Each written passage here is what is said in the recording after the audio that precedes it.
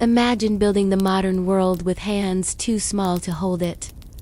Before skyscrapers, before electric lights, before the comfort we now call normal, there was another workforce one history prefers not to remember. They did not vote. They did not protest. Many could not even read, and yet they powered the machines that reshaped the planet. These were children, not symbols in textbooks, not exceptions hidden in footnotes, but millions of boys and girls whose childhoods were traded for coal, cotton, glass, and iron. While factories roared and cities grew rich, small bodies bent, crawled, and endured in places no adult should have been. The Victorian era is often remembered as a golden age, an age of progress, invention, and order. But tonight, we slow down and step behind the polished surface, into the shadows, into the spaces between the machines, into a world where growing up was not guaranteed.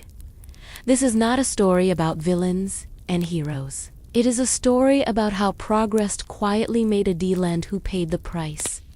Settle in, breathe slowly, and as the noise of the modern world fades, listen carefully. Because the foundations of our lives were built by voices that were never allowed to speak. The Golden Age's darkest secret. The Victorian Age often introduces itself like a carefully rehearsed performance.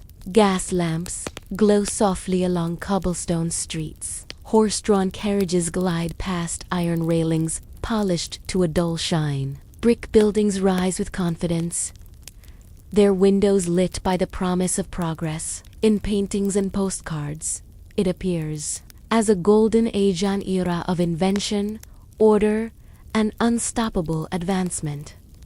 Steam engines breathe life into cities. Factories hum with productivity. The modern world, we are told, is being born, but every golden age has a shadow, and the Victorian era's shadow stretched long and deep, slipping quietly behind factory walls, down mine shafts, and into narrow alleys where sunlight rarely reached. It was a secret so normalized that it barely felt like a secret at all. It did not shout. It did not demand attention. It simply worked hour after hour, day after day, small hands turning the gears of a growing empire. Children, not as symbols, not as exceptions, but as an essential part of the machine. To understand Victorian childhood, one must first let go of modern assumptions. Childhood, as we know it today, a protected space of schooling, play, and gradual growth, was not yet a universal idea. For many families in the 19th century, childhood was brief, fragile, and conditional. It lasted only as long as hunger allowed. The moment a child could stand, carry, crawl, or fit where an adult could not, that child became economically useful. And usefulness, in an industrial society, was everything. The Victorians did not hide child labor behind locked doors. It was visible in plain sight, woven into the rhythm of daily life. Small figures could be seen hurrying through early morning fog, lunch pails in hand, faces still marked with sleep. In factories, children worked alongside machines taller than they were. In mines, they moved through tunnels too low for grown men to enter. On the streets, they sold, carried, scavenged, and survived. Yet somehow, this reality rarely made it into the polished narratives of progress, because progress, after all, prefers clean stories. The newspapers celebrated rising production numbers, expanding railways, and record profits. Politicians spoke of national strength and industrial dominance. The middle and upper classes admired the efficiency of the new economy, often without asking What or who made that efficiency possible? The cost of progress was not calculated in balance sheets. It was measured in exhaustion, injuries, and years quietly taken away. The most unsettling part of this story is not that children worked. It is how ordinary it all felt. Employers did not typically describe themselves as cruel. Many considered child labor practical, even necessary. Families, too, were often complicit not out of greed, but out of desperation. Wages were low. Rent was high. Food prices were unforgiving. A child's income, however small, could mean the difference between eating and starving in this world. Morality bent to survival. Factories favored children not because they were strong, but because they were cheap. Their bodies were small enough to slip beneath spinning machinery into narrow shafts, between hot furnaces and moving belts. They complained less, knew fewer alternatives, and could be replaced easily. Injured children were not tragedies, they were inconveniences. Another could always be found. The system did not need villains to function. It ran on incentives. And so, the golden age rolled forward, powered by steam, coal, and silence. At night, when the lamps dimmed and the streets grew quiet, the same children who had fueled the day collapsed into overcrowded rooms. Many slept fully, clothed, too tired to undress, their lungs heavy with dust, their ears still ringing with mechanical noise. Dreams, if they came at all, were short and restless. Morning arrived quickly. It always did. What makes this history difficult is not just the suffering, it is how deeply it was embedded into success. The factories that enriched Britain, that inspired admiration across the Atlantic, that laid the foundations of modern industry, did not simply tolerate child labor. They depended on it. And yet, for decades, the story was told differently. Victorian society loved the idea of innocence, even as it consumed it. Children appeared in poetry, paintings, and moral lessons as symbols of purity and hope. But those images rarely matched reality. The real children's attired ones, the injured ones, the forgotten ones, were invisible unless you stood close enough to see the grime on their hands. This contradiction was the era's darkest secret, not because no one knew, but because knowing did not stop it. The machinery of progress moved too fast, the profits were too tempting, and the children were too small to slow it down. Even today, when we look back, it is easy to focus on innovation and reform, on the laws that eventually came, on the idea that society learned and improved. But those reforms came late, and before them stretched generations of children whose names were never recorded, whose labor was counted, but whose lives were not. They built the modern world without ever being allowed to grow into it. This is where the story must begin, not with machines, or laws, or famous inventors, but with the uncomfortable truth beneath the golden surface. An age celebrated for progress rested on fragile shoulders. And once you see that, the glow of the gas lamps changes. The hum of the factories sounds different. The word advancement begins to carry weight, because every empire has a foundation. And in Victorian Britain, much of that foundation was laid by children. Why kids? The economics of small bodies, two modern eyes. The question feels almost unbearable. Why children? Why would an industrial society proud of its progress, its science, its sufficiency build itself on the labor of the smallest and most vulnerable? The answer is not hidden in cruelty alone. It lives in numbers, incentives, and quiet calculations. It lives in the cold logic of an economy that measured human value not by years lived, but by costs reduced. The Victorian world ran on margins.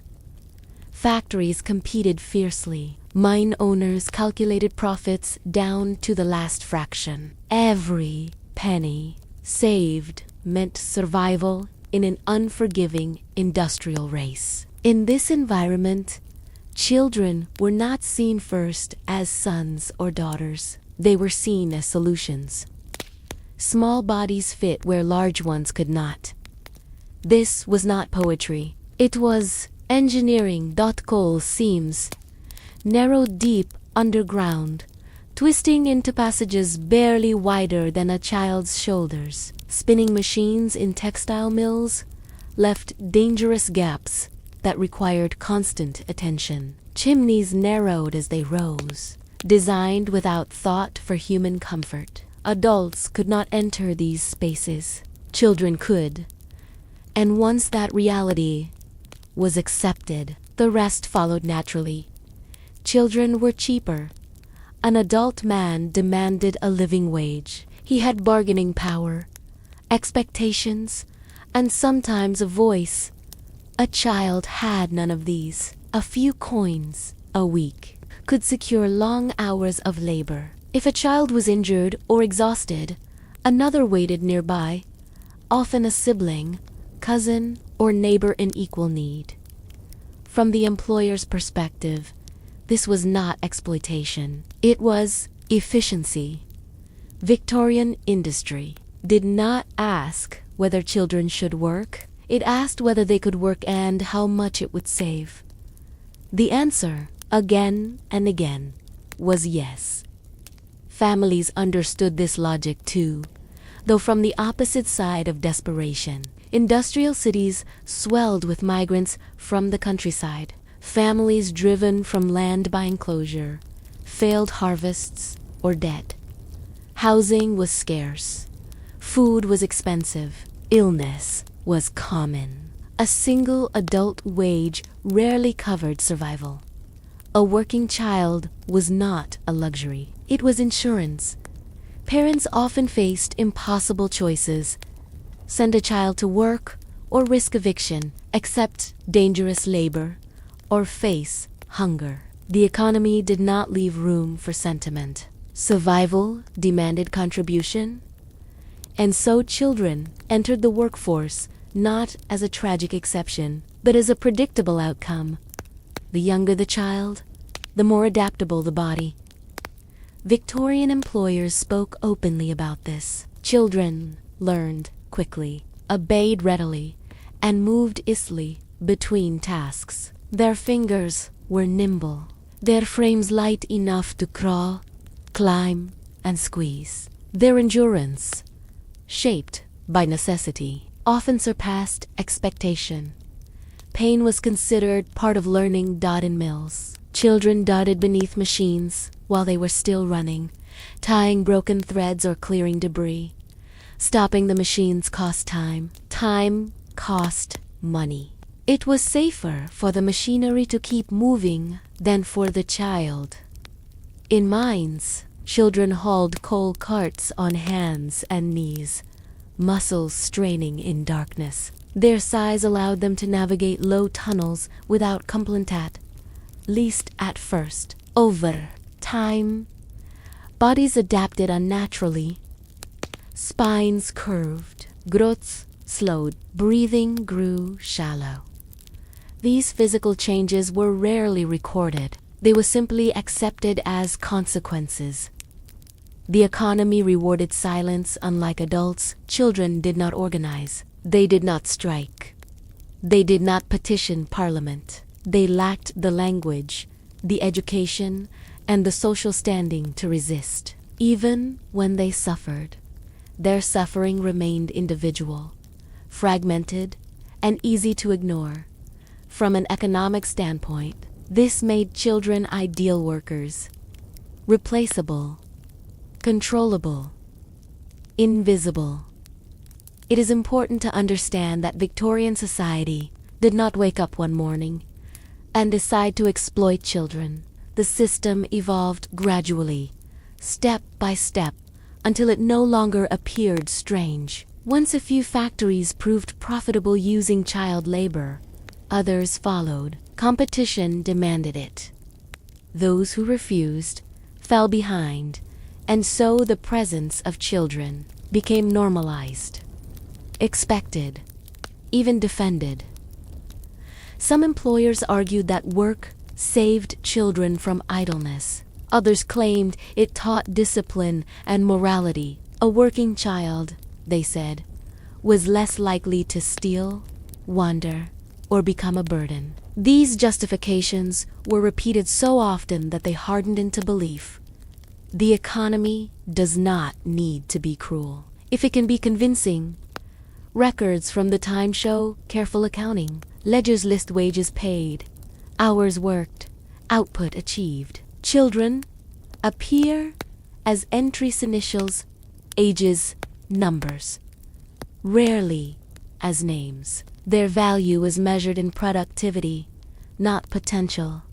A 10-year-old who could work 14 hours was more profitable than an adult who demanded breaks. This arithmetic shaped policy long before laws attempted to change it. Even reformers struggled against the economic argument. When early critics called for limits on child labor, factory owners warned of collapse. They predicted higher prices, job losses, and national decline. Britain, they insisted, could not afford compassion, and many believed them. Progress, after all, had a rhythm. Slow it down, and everything threatened to unravel. What makes this story particularly unsettling is how rational it all seemed. No single decision felt monstrous. Each step was small, justified, and incremental. But together, they created a system where childhood itself became a resource to be extracted. Small bodies fueled large ambitions. The empire expanded. Goods flowed across oceans. Wealth accumulated in cities far from the factories and mines where it was produced. Consumers admired affordability without seeing the labor behind it. Distance softened responsibility. Children remained close to the machinery and far from the reward. Some adults noticed the damage. Doctors documented stunted growth, deformities, and chronic illness. Inspectors recorded injuries and death. But these reports competed with profits, and profits spoke louder. As long as the economy demanded efficiency above all else, small bodies remained valuable. And so, the question why kids answers itself again and again through balance sheets and factory floors. Children worked because the system rewarded those who used them, because poverty supplied them, because society learned to look away. This was not madness, it was logic. A logic that made sense until someone finally asked whether sense was enough. And that question, still faint and fragile, had not yet reached the places where children bent beneath machines, crawled through darkness, and learned far too early what their bodies were worth. The breaker boys of the coal mines, long before the sun rose over the industrial towns, before the streets filled with carts and whistles announced the start of another workday. The coal mines were already awake. They breathed slowly beneath the earth, dark and patient, waiting for the smallest workers who knew them best. These workers were called breaker boys. They did not descend deep into the mines like the men, nor did they haul carts through tunnels. Instead, they sat above ground door, just barely below its hat, the coal breakers, where raw coal was crushed, sorted, and prepared for the furnaces that powered an empire. It sounds almost harmless when described that way. It was not the breaker, Boys were usually between the ages of 7 and 14. Some were younger. Their task was simple, in theory. Sit along a chute or conveyor and pick out pieces of slate, rock, and debris from the coal as it passed by. Clean coal moved forward. Waste was discarded. The work demanded speed, focus, and endless repetition. The coal never stopped coming. Breaker rooms were loud beyond description. Wooden beams groaned under constant vibration. Iron crushers thundered as they smashed coal into manageable sizes. The air filled with dust so thick it blurred faces just a few feet away. It coated skin, hair, and lungs, settling deep where no washing could reach. The boys sat shoulder to shoulder, legs dangling or braced against the floor, hands moving in practiced rhythm. Miss a piece of rock, and punishment followed. Slow down, and the line supervisor noticed. There were always eyes watching, and there was always more coal. Most breaker boys came from mining families. Their fathers worked underground, carving coal from narrow seams, risking collapse, fire, and gas with every shift. Sending a child to the breaker was often seen as a step up away to contribute without entering the deepest dangers. In truth, it was simply a different kind of harm.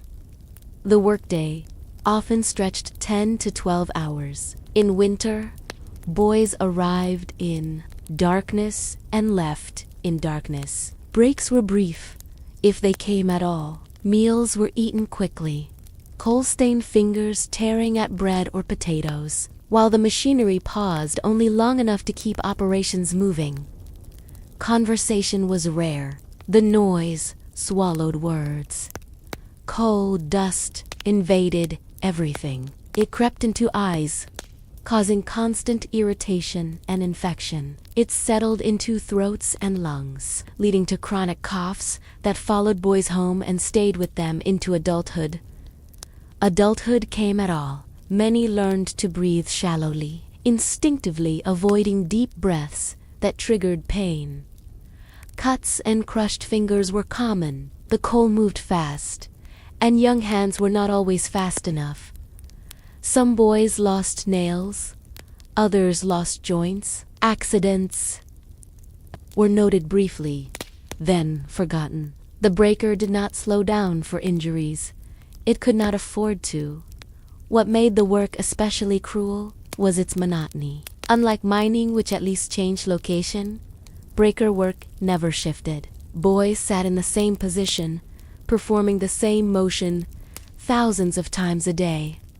The mind dulled, the body stiffened, time stretched into something shapeless and endless. Hours blurred into one another. Many boys described the sound of the breakers as something that never fully left them. Even at night, long after leaving the facility, the pounding echoed in their ears. Sleep came fitfully. Dreams were filled with falling coal and endless motion. Education was impossible under these conditions. Schools existed, but attendance was a luxury. A boy in the breaker earned money every day. A boy in school did not. Families already living on the edge could not justify the loss, and so literacy rates remained low. Futures narrowed early. The breaker boys were visible in mining towns, yet strangely unseen. Their faces were permanently darkened, their clothes worn thin by coal and sweat. They moved in groups, quiet and reserved, conserving energy. Adults passed them daily without remark. Their presence was part of the landscape, like the slag heaps and smokestacks. Normal does not always mean acceptable, but it often means unquestioned. Occasionally, an outsider noticed. Journalists, reformers, or visiting officials would record what they saw. They described rows of boys sitting in dust-filled rooms, their small hands raw and bleeding. They wrote. Of pale faces, stooped shoulders, and eyes that seemed far older than their years. These accounts shocked readers briefly. Then the page turned. For the coal industry, breaker boys were indispensable. Coal-powered factories, trains, ships, and homes. Demand was relentless. Any disruption threatened profit and national productivity. The breaker was a bottleneck. Slow sorting meant delayed delivery. Children kept the process moving. They were efficient. They were cheap. They were silent. The boys themselves rarely complained. Many had never known another life. Work was not an interruption of childhood. It was childhood. Play existed only in fragments, moments, stolen between shifts. Games improvised with scraps. Laughter quickly cut short by exhaustion. Some boys took pride in their endurance. Pride was a survival strategy. If the work could not be escaped, it could at least be endured with dignity. Older boys taught younger ones tricks. How to protect fingers, how to cough discreetly, how to rest the eyes without being noticed.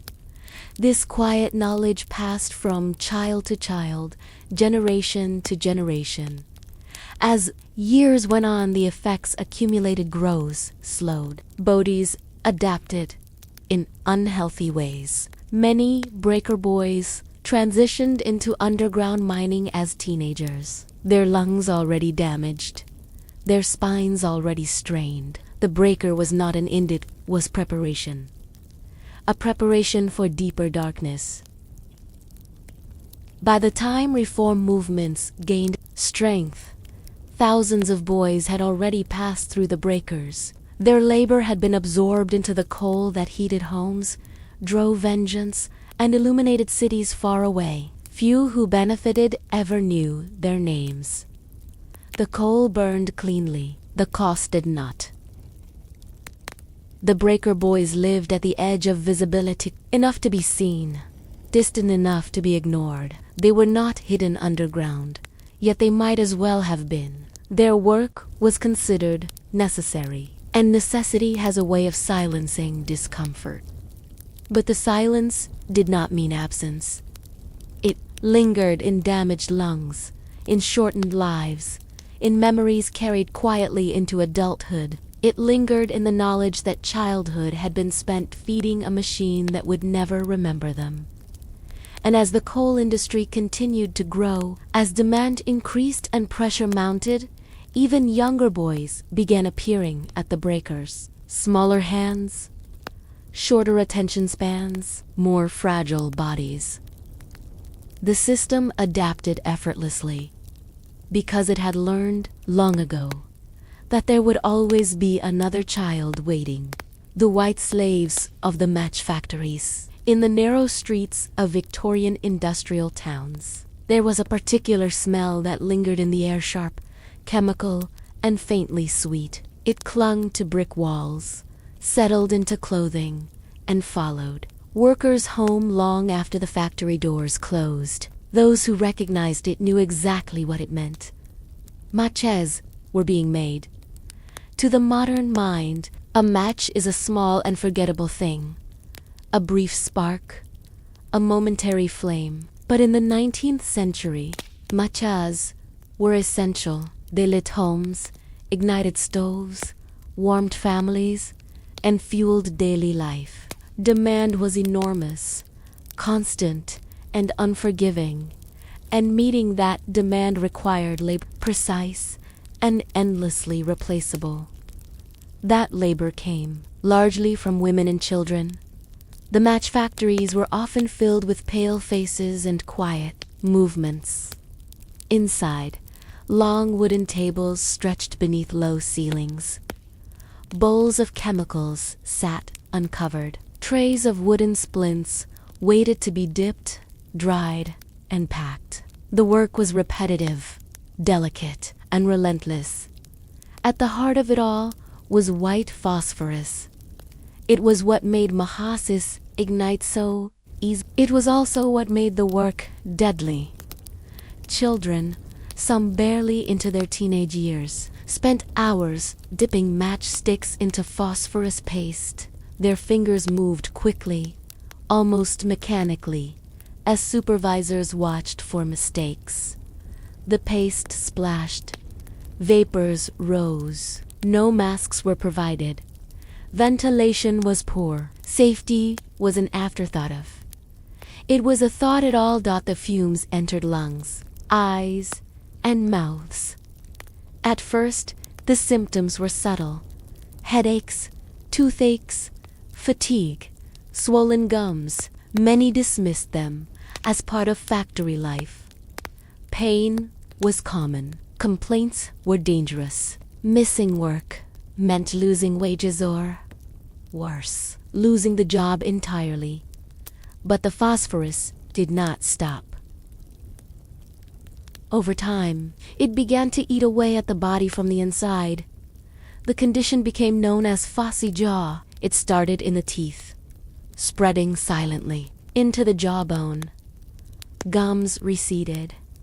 Teeth loosened. The bone itself began to decay. In advanced cases, parts of the jaw would glow faintly in the dark, a horrifying detail doctors documented with clinical detachment. The smell was unmistakable. It was the smell of rot. Children suffering from phossy jaw endured constant pain. Eating became difficult. Speaking hurt. Sleep was interrupted by throbbing agony. Eventually, pieces of bone broke away. Infections spread. Some survived after brutal surgeries. Many did not. And yet, the work continued. Factory owners were aware of the risks. Medical journals discussed phosphorus poisoning. Reports circulated, but white phosphorus was cheap, effective, and profitable. Safer alternatives existed, but they cost more. Profit decided the matter. The children who worked in match factories were often described as white slaves.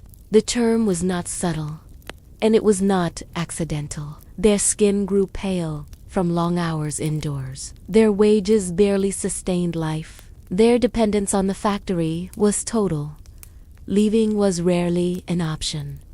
Most came from families already trapped in poverty. Parents knew the risks or suspected them but needed the income. A child's wages, small as they were, could pay rent or buy food. Refusal meant hardship, sometimes starvation.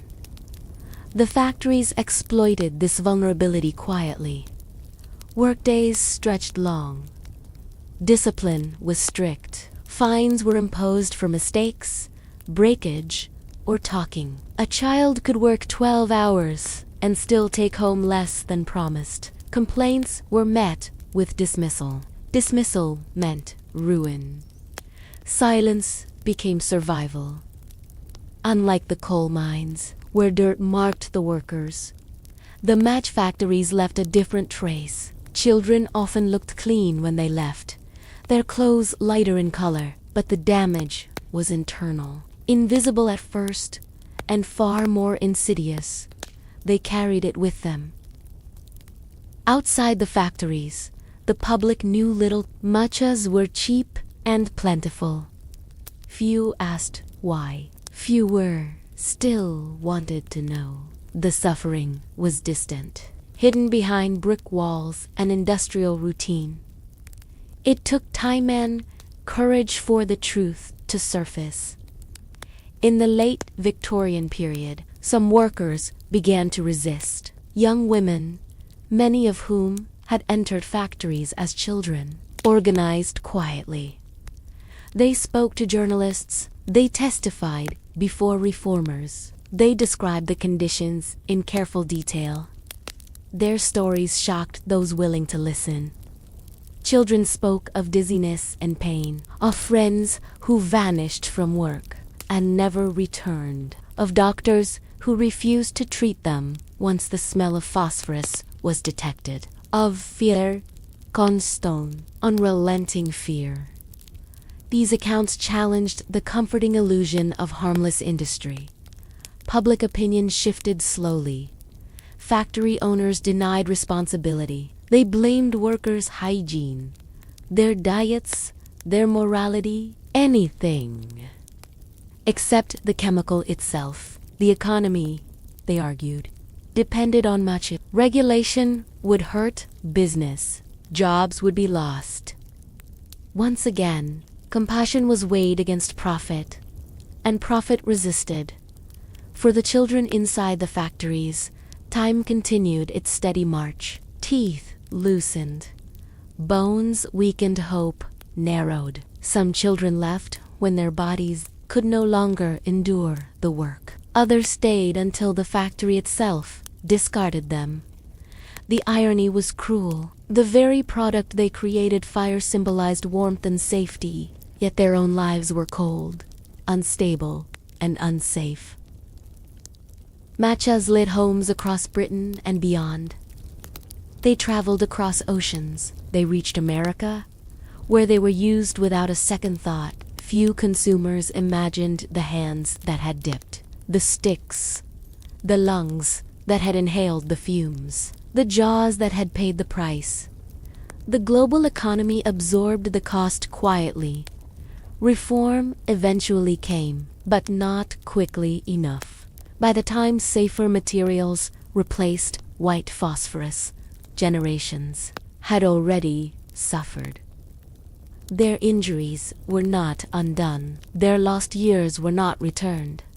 What remains is the memory of an industry that chose efficiency over humanity and a workforce too young to choose anything at all. The match factories stand as a reminder that danger does not always announce itself with explosions or collapse. Sometimes it arrives softly, invisibly, carried on the air, settling into bone. And for the children who worked there, the flame that lit the world burned far too close. Cotton mills. Dancing with the devil, the rhythmic hum of spinning machines was the heartbeat of the Victorian cotton mills. To outsiders, it sounded like Progressa's symphony of industrial triumph, a testament to human ingenuity and the promise of modern life. Yet inside, the music was a warning. It marked the relentless pace of labor and the unyielding presence of danger. Here, children did not simply work, moved in delicate harmony with the machines, caught in a perpetual dance where misstep could cost a finger, a hand, or even a life. They were the smallest participants in a grand mechanical choreography, where each motion was both necessity and risk. The mills were cavernous, filled with looms and spinning frames that stretched from floor to ceiling. The air was thick with lint, a white haze that clung to skin, clothes, and lungs. Breathing became laborious. Every cough was a reminder of the cost of survival. Heat rose from the machines, mingling with the stench of oil and damp wood. The noise was deafening. Conversation was impossible. Time became measured only by the movements of the machinery and the clock above the supervisor's offices. Children, many no older than 8, were positioned where adults could not work. Their tiny hands threaded bobbins, untangled snarled threads, and fed delicate cotton fibers into worry machines. Speed was paramount.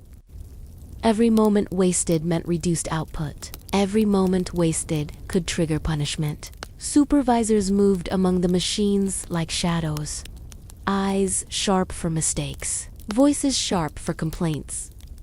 In this environment, children learned to move as extensions of the machines themselves. Their steps were small, deliberate, fingers flew with mechanical precision. Eyes darted constantly, tracking multiple points at once. The dance was exhausting, endless, and unforgiving. Accidents were inevitable. Fingers caught in spinning wheels, hair trapped in gears, limbs scraped and bruised. Some injuries healed, some did not. Medical care was sparse, pain was normalized. Stoicism was required. The children who survived another day carried the marks of their labor like badges of endurance. Yet few ever saw themselves as heroes. Their triumphs were measured only by survival, by the completion of another day, by the unbroken rhythm of the mill. The psychological toll was just as heavy as the physical. Long hours in suffocating heat, coupled with constant noise, created a state of near-permanent stress. Children became hyper-aware of their surroundings, alert to the slightest irregularity in the machine's behavior. Imagination and play were luxuries the mills could not afford. When they closed their eyes at night, dreams were haunted by the worry, clattering, and snapping threads of the day. Families often relied on their children's wages to survive. Every coin earned in the mill went toward rent, food, and necessities. Poverty created a cycle. Children were sent to work to alleviate hardship, but the very work they did often jeopardized their health and long-term well-being. Each family was caught between immediate survival and distant risk, between the necessity of income and the cruelty of industrial life. The term dancing with the devil was not used in contemporary documents, yet it perfectly encapsulates the daily reality. Every movement in the mill carried potential consequences. The smallest misstep could lead to permanent injury. A single moment of distraction, a cough, a stumble, an entangled thread could transform routine labor into catastrophe. Children internalized this risk, learning to respect, fear, and anticipate the machines with almost religious vigilance. Some children became exceptionally skilled, able to navigate multiple machines simultaneously. Supervisors prized these prodigies, seeing in them unparalleled efficiency. Yet skill did not equate to safety. No level of dexterity could eliminate the inherent dangers of machines designed without thought for human vulnerability. The mills were also classrooms, in a sense, but not for learning letters or numbers. Here, children were schooled in endurance, obedience, and adaptability. They learned to assess risk continuously, to prioritize speed over comfort, to suppress fear in order to survive. Emotional maturity was forced, accelerated beyond what any child should experience. Social life was fragmented. Friendships were built in passing, often interrupted by the relentless pace of the workday. Play was a stolen activity. Brief moments of laughter or mischief squeezed between shifts. Sleep was the most coveted escape, yet even it offered little relief from the cumulative stress. Children often woke with aches in muscles, not fully rested, with lungs coated in cotton dust, with ears still ringing from the incessant hum. Injuries accumulated, sometimes silently. Chronic coughs, respiratory infections, and musculoskeletal problems became permanent companions. Some children adapted, others were disabled for life. Few escaped unscathed. The cost of labor was paid in ways both visible and invisible, immediate and deferred. Despite the harsh conditions, there was resilience. Older children mentored younger ones, teaching them how to avoid the worst dangers, how to move with precision, how to anticipate machine behavior. Knowledge was passed hand to hand, whispered in corners, communicated through subtle gestures. These informal lessons were as crucial as any official instruction, for survival depended on them. The cotton mills were not merely workplaces, they were crucibles. They transformed children into small adults, conditioned by necessity, disciplined by danger and refined by endurance. Yet the transformation was imposed, not chosen. Childhood, in its traditional sense, was sacrificed at the altar of production. Some reformers began to notice reports of child injuries, exhaustion, and illness emerged in newspapers and journals. Activists called for regulation, for limits on hours and minimum age requirements. But progress was slow, often delayed by economic arguments. Mill owners defended practices, citing efficiency, profit, and competition. The machinery could not slow for sentiment. Meanwhile, the empire continued to grow. Cotton mills spun thread that traveled across continents, fueling textiles, commerce, and consumption in distant cities. The labor of children, unseen and often unrecorded, powered the expansion of an industrial world. The wealth generated rarely returned to the small hands that had produced it. Yet even in this darkness, moments of humanity persisted. Some supervisors treated children with care, offering encouragement and protection. Some coworkers offered small kindnesses, a shared meal, a comforting word, a gentle warning of danger. These gestures did not erase the peril, but they offered fleeting relief, small beacons in an otherwise relentless environment. The story of the cotton mills is one of contrasts, opportunity and exploitation, skill and vulnerability, and suffering. It is a story that challenges the notion of progress as inherently benevolent. The hum of machinery, while a symbol of modernity, was also the soundtrack of countless stolen childhoods, of bodies molded too early by the demands of production. And as the mill whistle signaled the end of a long day, children left the factory not fully free, but only temporarily liberated. Outside, the world carried on, oblivious to the tiny dancers who had survived another day in step with the relentless machines. Tomorrow, the rhythm would resume. The dance would begin again. The cotton mills were both a classroom and a crucible, a place where childhood was measured not in years or experiences, but in output, endurance, and the ability to survive the next shift. Each day was a lesson in control, resilience, and quiet fear, a lesson children learned with every step they took in the shadow of worry, unyielding machines. The climbing boys. Life as a human broom. In the smoky heart of Victorian London, chimneys rose like silent towers, reaching into fog-shrouded skies. They were monuments of progress, of warmth and comfort for the middle and upper-class homes they served. But within these narrow soot-streaked towers, a hidden world existed, one few dared to acknowledge. Here, childhood was inverted, legs too small, hands too fragile, bodies too young were transformed into tools. Boys became human brooms. The climbing boys, as they were called, were often no older than 6 or 7.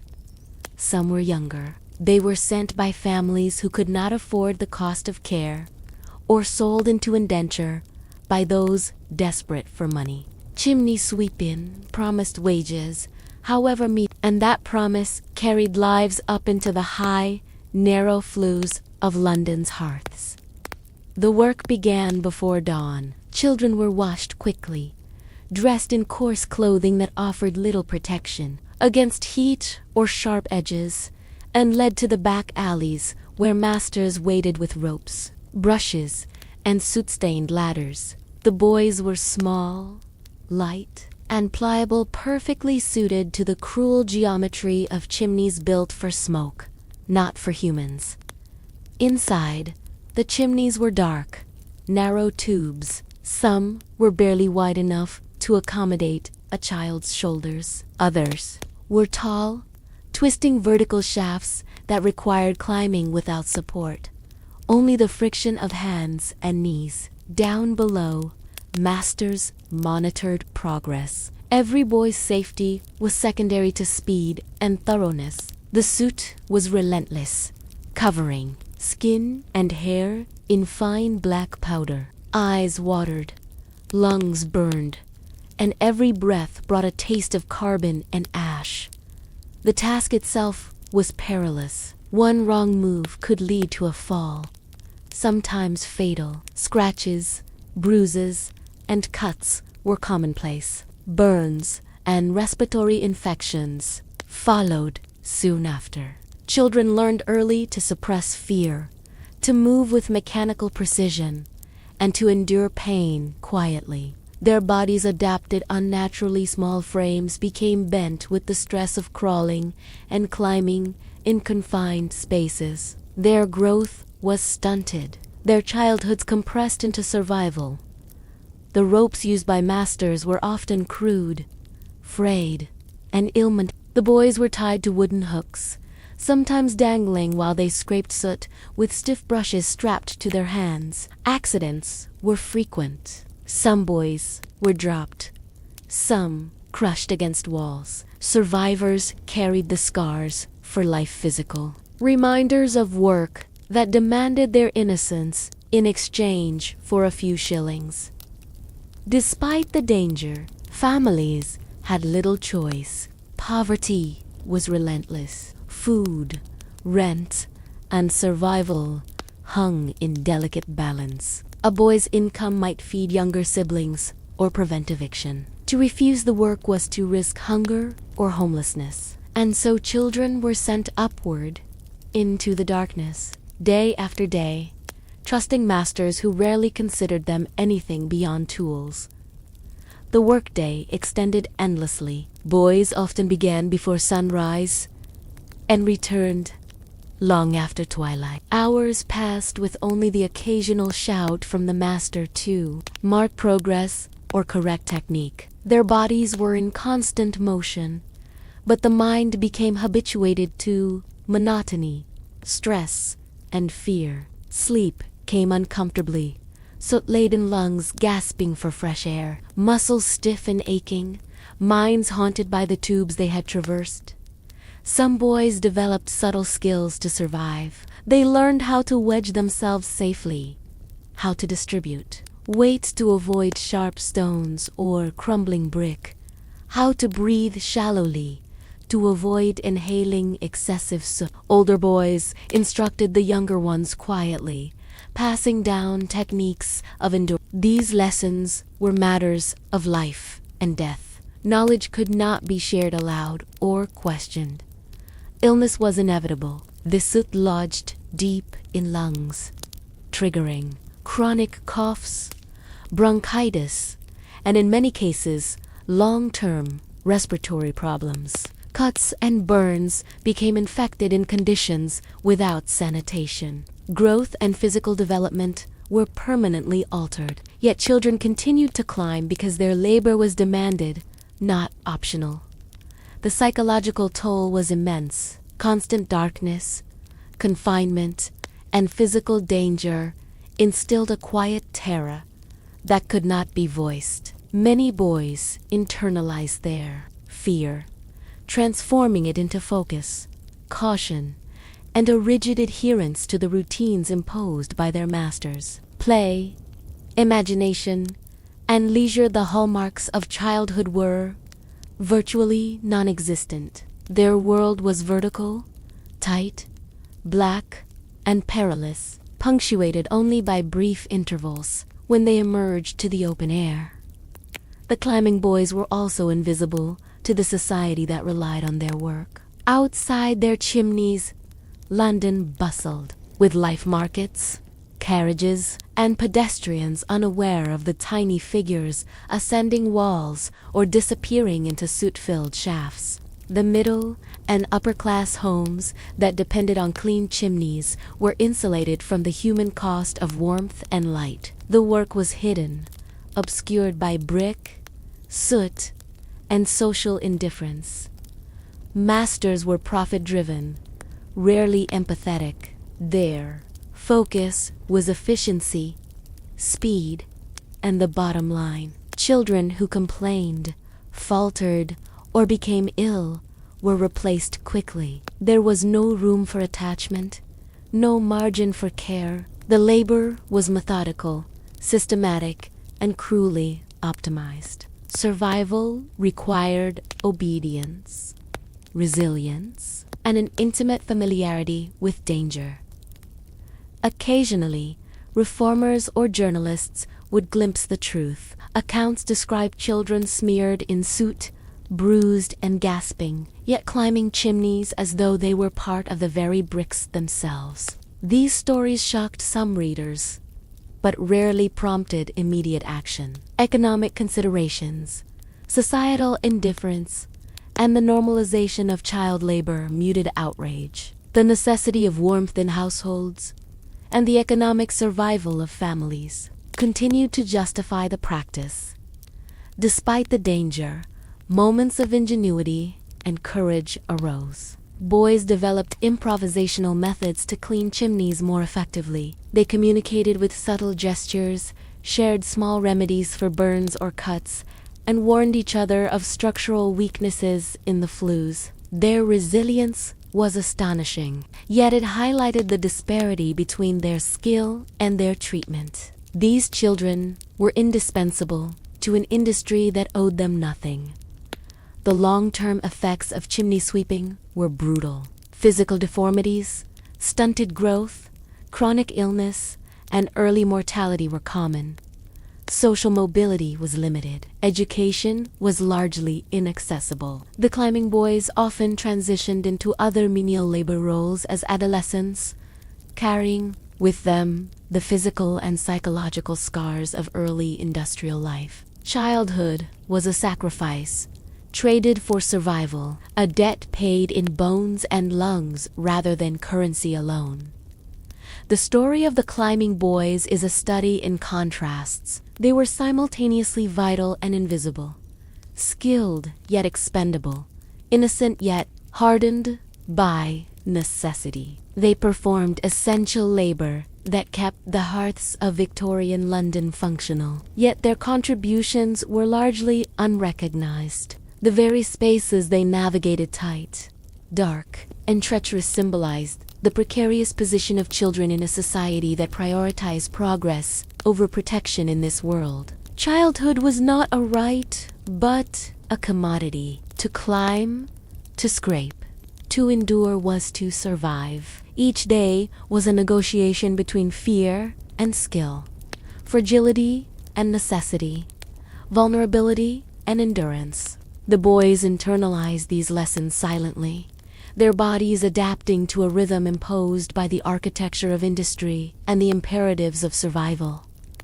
And yet, even in the shadows, glimpses of humanity persisted. Older boys tutored younger ones, moments of quiet camaraderie, whispered encouragement, and shared ingenuity created small islands of support. These ephemeral connections were essential, not for pleasure, but for life itself. The climbing boys' work eventually drew the attention of reformers and campaigners. Public awareness grew slowly. Legislative measures were introduced, advocating for safer conditions, minimum ages, and regulated work hours. Yet for decades, thousands had already endured the trials of the chimneys. The reforms, while important, came too late for many who had given their childhood to soot and brick. Every chimney cleaned was a testament to, and every boy who emerged unscathed was a silent hero. And every accident, every injury, every instance of suffering became part of the invisible ledger of the industrial age, a record of sacrifice hidden in plain sight, vital to the comfort of a society that preferred not to see the work of the climbing boys was physically grueling, psychologically taxing, and socially invisible.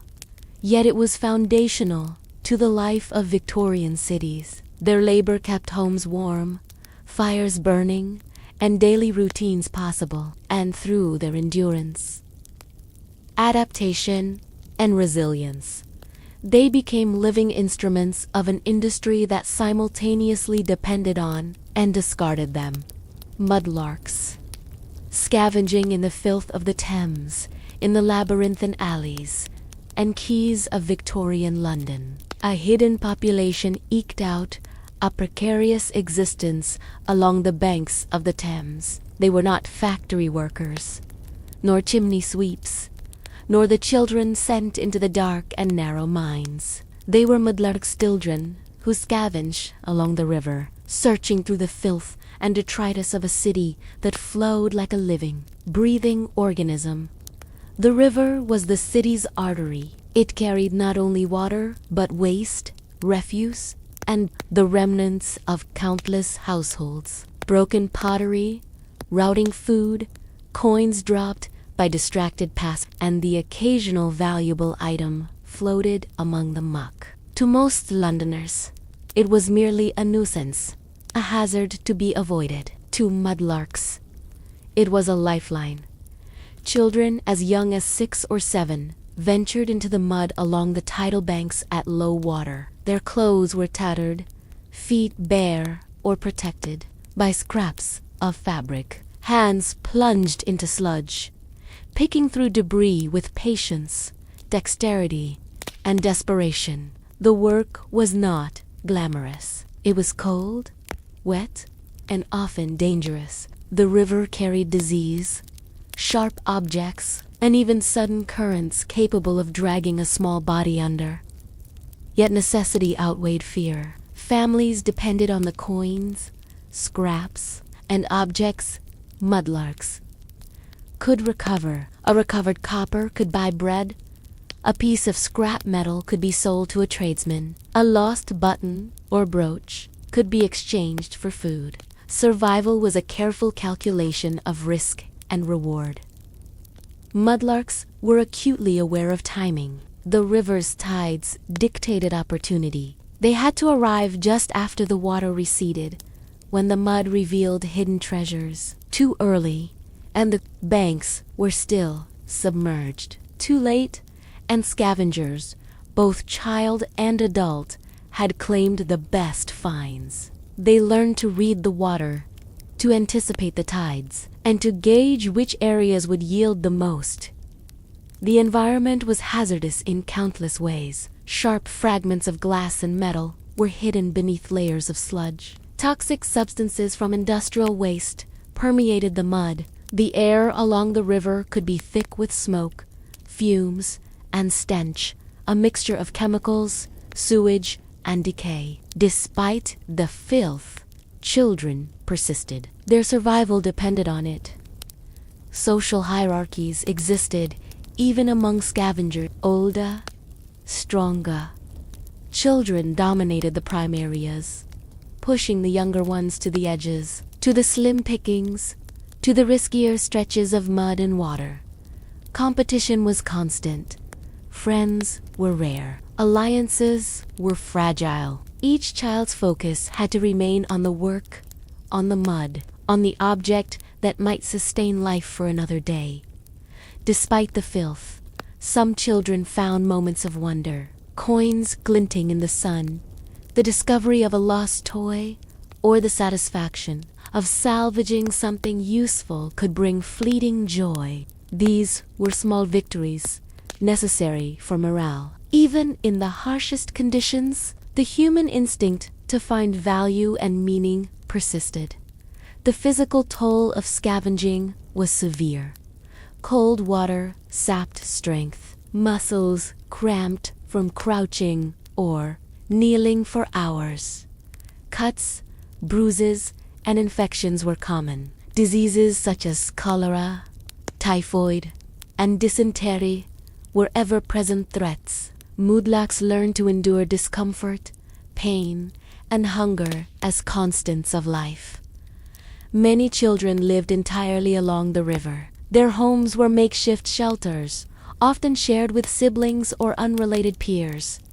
Food was scarce. Clothing was minimal. Hygiene was nearly impossible. The Thames provided more than opportunities for work. It offered a space to exist outside the scrutiny of law and society. Yet even this refuge was dangerous, unpredictable, and unstable.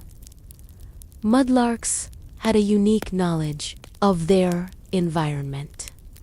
They understood the rhythm of the city's refuse, the habits of scavengers, the dangers hidden in sludge, and the patterns of tides. This knowledge allowed them to survive where adults often feared to tread. They were small, quick, and adaptable, a species born of necessity. Education was rare. Few mudlarks attended school, and many never learned to read or write. Their lessons were practical, immediate, and unrelenting. They learned mathematics through barter, physics through the behavior of tides, and resilience through daily confrontation with danger and discomfort. Knowledge was survival, and survival was everything. Occasionally, encounters with authority occurred. Police or patrolling adults would chase away mudlarks, accusing them of theft or vagrancy. Some children learned to hide quickly, slipping between obstacles or into shadowed corners. Others submitted to temporary punishments, accepting them as the cost of continued scavenging. Risk management was a daily requirement. Despite these dangers, mudlarks were often remarkably resourceful. They repurposed materials from the river for clothing, shelter, or sale. They bartered with shopkeepers, exchanged findings among themselves, and developed networks to maximize efficiency and safety. Their ingenuity was a testament to human adaptability, yet it arose from necessity, not choice. The psychological impact was profound. Living in constant threat, exposed to filth, hunger, and social neglect, shaped childhood in ways unimaginable to outsiders. Fear was a companion. Cunning became a skill. Children learned to trust few, to rely on themselves, and to calculate risks with precision. Joy, when it appeared, was hard-won. Yet mudlarks persisted. They understood the value of their labor. Each coin, each scrap, each piece of lost treasure was a victory against a world that had little patience for their survival. They existed in a liminal space, neither fully integrated into society nor entirely excluded. They were simultaneously visible and invisible, essential and overlooked. In literature and reform records of the time, mudlarks were often romanticized as symbols of urban resilience. Yet the reality was far harsher. Their lives were precarious, their bodies often compromised, and their futures uncertain. Many remained trapped in cycles of poverty, forced into dangerous labor for as long as they could survive. The Thames carried their stories silently. Each tide brought new refuse, new danger, new opportunity. Each day, the children waded through muck and filth, scavenging what the city discarded, eking out existence through persistence, skill, and courage. The river was both adversary and provider, constant, unyielding force that shaped their lives. Mudlarks illuminate the extremes of Victorian society. They existed at the intersection of poverty, industrial growth, and social neglect. They remind us that progress often comes at the cost of those least able to advocate for themselves. Their labor fueled daily life in a city thriving on commerce, comfort, and convenience, yet the hands that supported it remained unseen and undervalued. Their legacy is not recorded in monuments or ledgers, but in the survival of those who endured, adapted, and persevered against unimaginable odds. Each child who scavenged along the Thames represents a silent witness to the consequences of industrial society, a testament to resilience in the face of neglect, and a reminder that human endurance often arises in the most unlikely places. Glassworks. Working in the mouth of hell, The glassworks of Victorian England were factories of fire and brilliance, where molten sand was transformed into delicate objects of light and beauty. To the consumer, the final product gleamed with perfection: crystal goblets, shimmering windows, and intricate ornaments. But to the children who labored there, the glassworks were nothing less than the mouth of hell. Inside, the air was suffocating. Furnaces roared continuously, spewing heat that warped the senses and drained the body. Temperatures in the rooms often exceeded the tolerance of the human body, and yet children, small and pliable, were expected to endure hour after hour without pause. The glow of molten glass illuminated the fear in their eyes, the sweat on their brows, and the bruises on their arms. Most children in the glassworks were between 8 and 14. They performed tasks that required both dexterity and bravery. Some carried molten glass on long iron rods, carefully shaping it into cups, bottles, and ornaments. Others moved raw materials from one furnace to another, often stepping on embers and coals that scorched their bare feet. Small hands threaded intricate patterns, while larger frames could not fit into the narrow spaces near the furnaces. The work was physically punishing. Heat blistered skin, inhalation of fine glass dust, and smoke caused chronic respiratory issues. Cuts from broken shards were commonplace. Burns were frequent, and some children bore scars for life. Mistakes were not forgiven. Molten glass waits for no one. Drop a rod or mishandle a piece, and disaster could follow instantly. Yet beyond the physical danger lay the psychological weight. Children worked under constant supervision. The supervisors were ruthless, valuing speed and efficiency above all else. Any hesitation or error was met with shouting, punishment, or threats. The relentless pressure created an environment of fear, where concentration was demanded at all times, and misstep could lead to injury or worse. Many children were from impoverished families. They had few options. The glassworks offered wages, however meager, that were critical for survival. Parents reluctantly sent children into the factory, hoping that the small earnings would supplement the family's income. Survival outweighed safety, hunger outweighed fear. Children became indispensable to both the household and the factory. The furnaces were a constant presence, their glow casting long shadows and distorting the perception of time. Day and night blurred together under the heat and light. Sweat and grime coated every surface. The work was monotonous, yet perilous. Each action repeated hundreds of times a day. Even the most skilled children risked burns, respiratory illness, and fatigue. There were rituals and rhythms to the labor. Children learned to move in synchronization with the furnaces, with the masters, and with each other.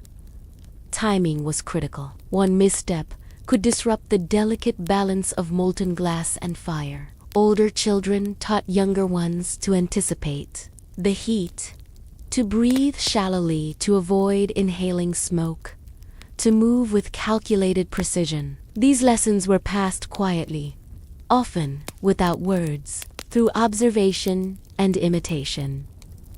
Despite the danger, some children developed remarkable skill. They could shape molten glass with incredible precision, manipulating fragile material as if it were an extension of their own bodies. Supervisors praised the prodigies, yet admiration offered little protection from the hazards. Efficiency, not care, dictated their work. The skillful were pushed harder, expected to maintain speed and quality. Under extreme conditions, the workday often lasted 12 to 14 hours. Breaks were minimal, and meals were hurried. Children often ate in sweltering rooms, their bodies exhausted from heat, exertion, and the mental strain of constant vigilance. Malnutrition was common, physical development was stunted, and many children grew up prematurely aged, their small bodies bearing the marks of relentless labor. Illness was a constant companion. The inhalation of glass dust caused chronic coughing, respiratory distress, and long-term lung damage. Burns, cuts, and infections were treated minimally, if at all. Medical care was rare, expensive, and often delayed. Many children suffered silently, their bodies adapting painfully to the unforgiving conditions of the glassworks. Accidents could be catastrophic. Molten glass could spill, ignite materials, or burn skin instantly. Children learned to react with lightning speed, but sometimes reaction was not enough. Injuries were immediate and sometimes fatal. The hazards were ever present, a reminder that the beauty produced by human hands exacted a terrible toll.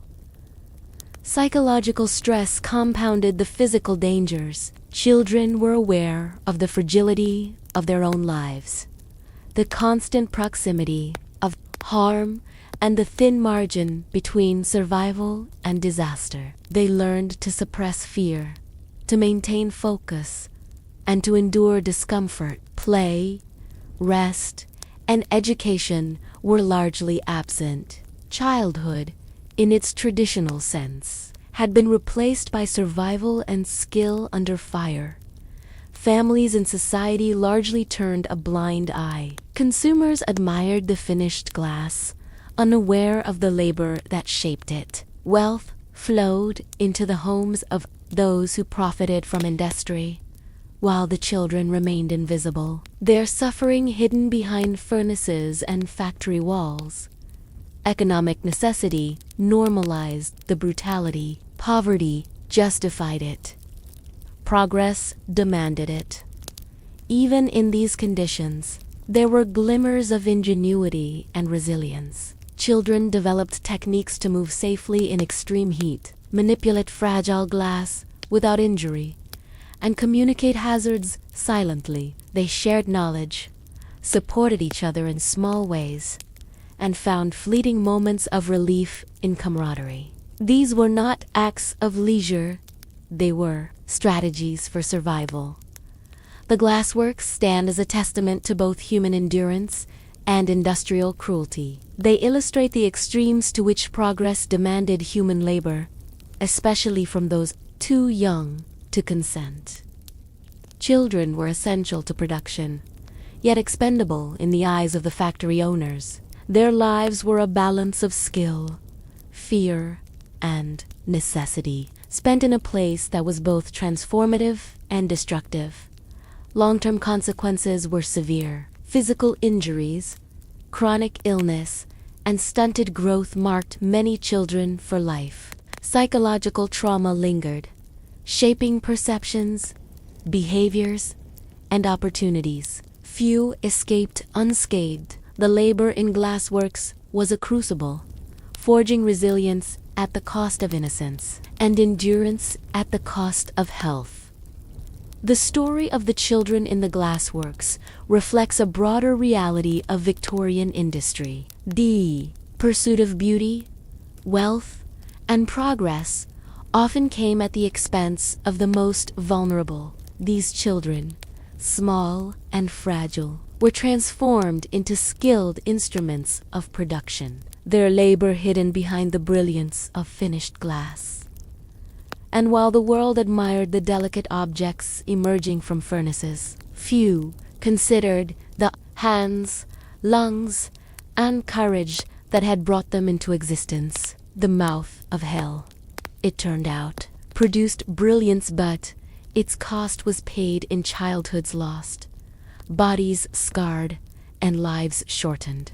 The brickyard prisoners in the outskirts of Victorian towns, where the clatter of industry met the quiet of the fields, lay the brickyards. Vast stretches of clay pits, drying yards, and half-finished walls marked these spaces where brick was a cornerstone of urban expansion. To the city, brickyards were symbols of progress rows, of uniform bricks, forming homes, streets, and factories. To the children who worked there, they were prisons, open air, yet confining, with a rhythm as relentless as stone. The brickyard's life began before dawn. Children arrived, often barefoot or in worn shoes, hands raw from previous labor. They were small enough to crawl into pits, bend over clay molds for hours, and haul bricks that dwarfed their frames. Their day was measured by labor, not by sun or clock. Though the sun marked only another chapter of endurance, clay was unforgiving, heavy, wet, and sticky. It adhered to skin and clothing. Kneeling for hours to mold the clay into uniform shapes caused bruises, sores, and long-term joint damage. The work required both strength and precision. Bricks, too thick or too thin, would crack in the kiln, wasting the labor of hours. Supervisors demanded consistency, and errors were punished swiftly, whether with scolding, reduced wages, or harsh physical reprimands. Many children came from impoverished families, some of them orphaned, others sent by parents who could not feed them otherwise. Brickyard labor provided wages, minimal and irregular, but sufficient for families to scrape by. Survival outweighed health, and necessity silenced complaints. Children became cogs in an industrial system that viewed them as replaceable rather than human. The pits and drying yards were harsh environments. Summer brought blistering heat, the clay baking against tender skin. Winter brought biting winds and damp cold that seeped into bones. Mud and dust were omnipresent. Clothing, thin and worn, offered little protection. Children learned to endure discomfort as a constant, internalized lesson. Daily life in the brickyard was monotonous, yet grueling. Hours were spent kneeling, molding, lifting, and stacking. Each brick carried the weight of expectation, each movement repeated hundreds of times. Conversation was rare, swallowed by the rhythm of labor and the ever-watchful eyes of overseers. Time became cyclical, a pattern of effort punctuated only by brief, hurried meals.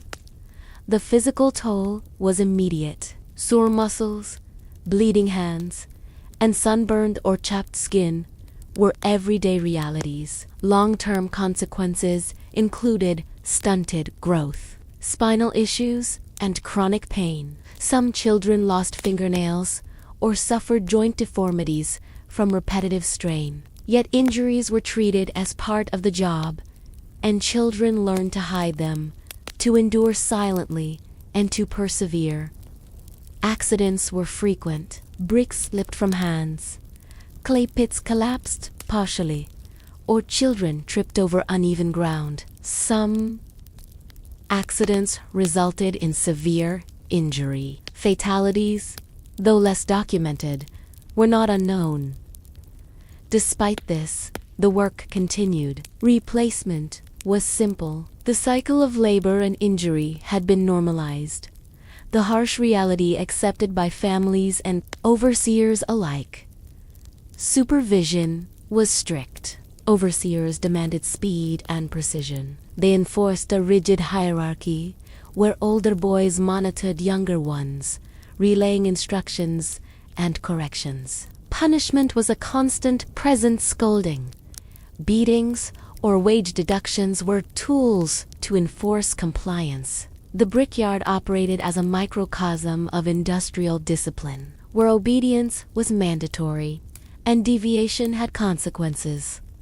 Nutrition was minimal. Children ate quickly, often on site, with little variety or sustenance. Bread, weak tea, or small scraps of meat were common. Hunger was constant, yet rest and leisure were limited. The labor demanded energy, Yet energy was scarce. Bodies weakened slowly, minds fatigued gradually. But life persisted through sheer necessity. Despite the adversity, children adapted. They learned to manipulate clay efficiently, balance heavy loads, and navigate the pits without injury. Older children mentored younger ones, sharing strategies for survival, conserving energy, and avoiding harm. Skills were not just for efficiency, they were essential for life. The brickyards were socially isolating. The work was monotonous, repetitive, and public. Children had few opportunities to play, learn, or engage in normal childhood activities. Their social world was restricted to the yard and fellow laborers, defined by hierarchy, survival, and fleeting companionship. Bonds formed were practical, often transactional, and critical for navigating the harsh environment. Long-term effects were severe. Chronic respiratory issues arose from dust inhalation. Bones and joints developed abnormalities from prolonged strain. Some children never recovered from injuries, while others bore scars for life. Psychological trauma was equally pervasive. Fear, stress, and learned helplessness shaped identities and behaviors. Childhood was not lost gradually. It was surrendered in full, day by day, brick by brick.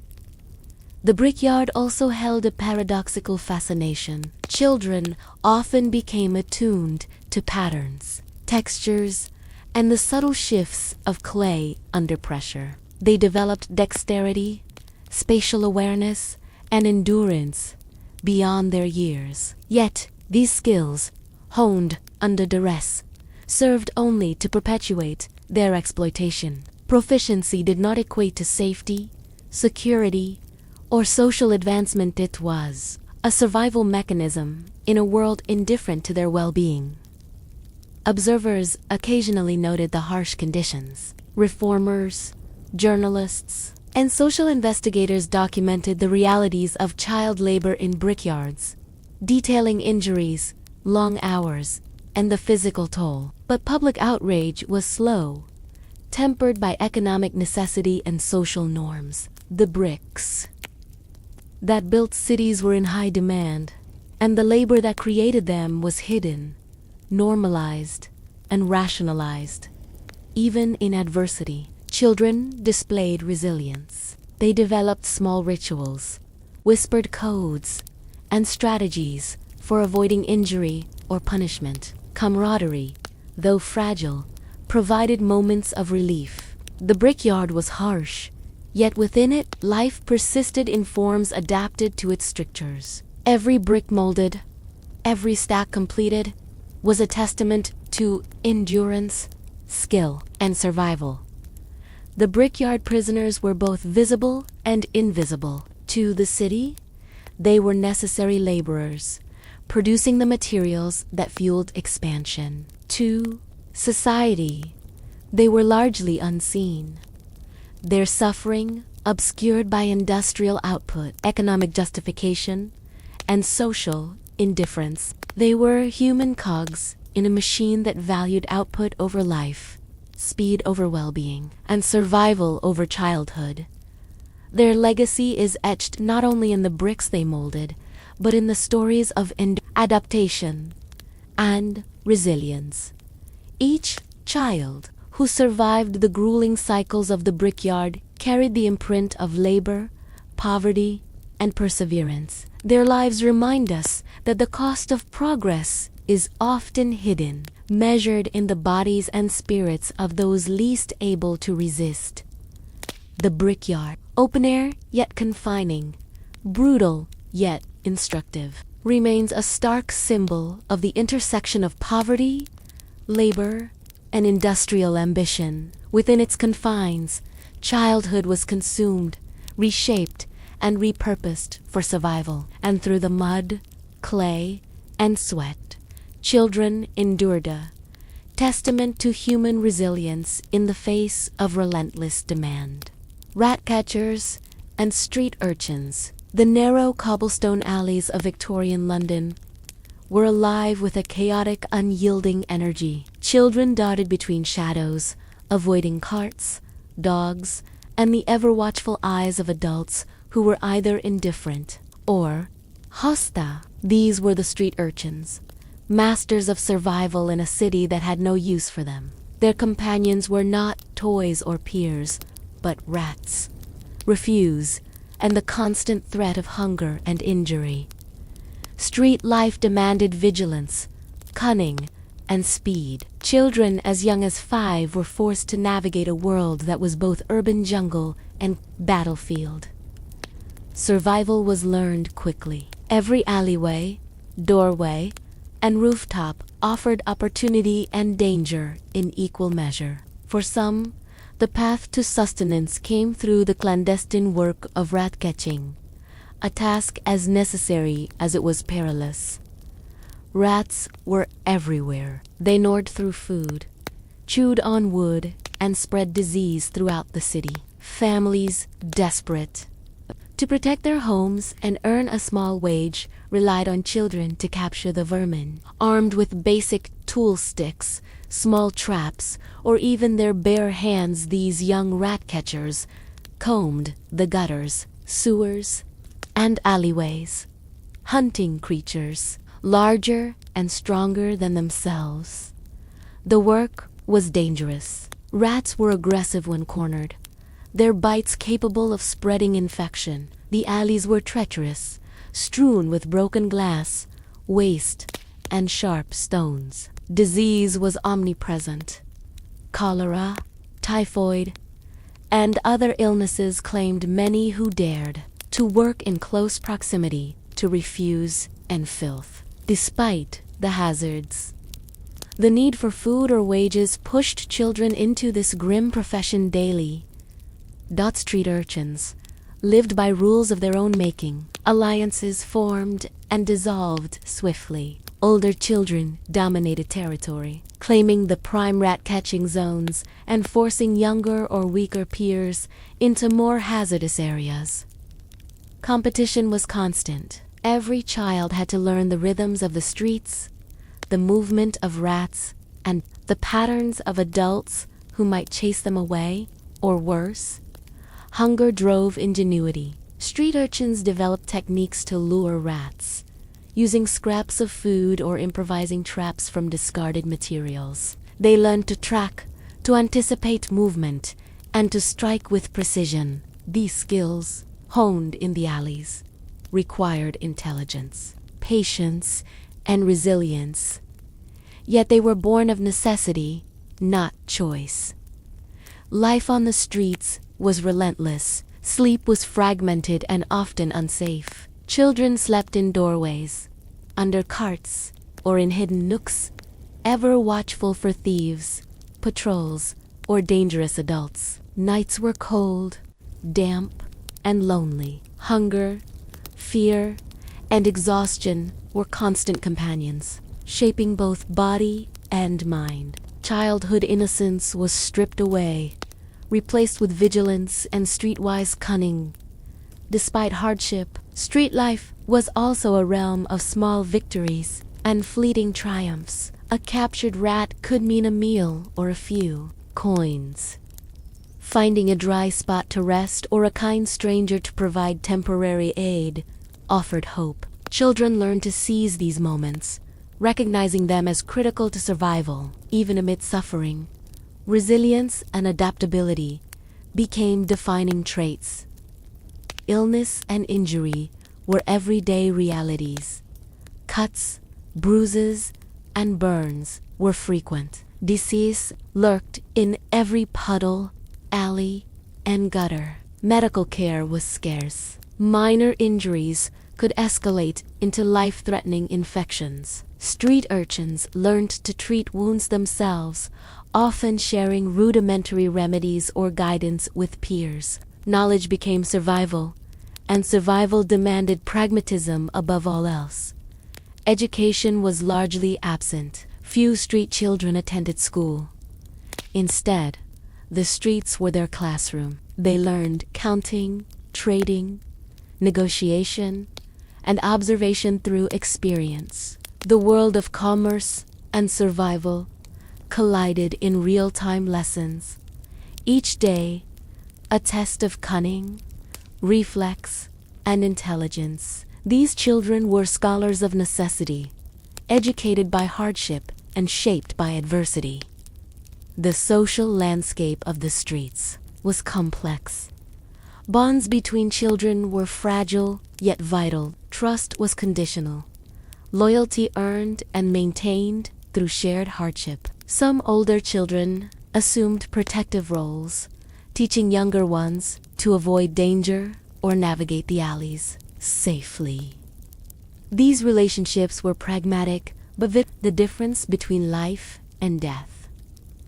Street children were also vulnerable to exploitation. Adults seeking cheap labor or illicit services often preyed upon them. Some were coerced into stealing, begging, or other risky endeavors. Others were victims of violence or harassment. The cities, streets, while a source of livelihood, were also a crucible of exploitation, requiring constant alertness and adaptability.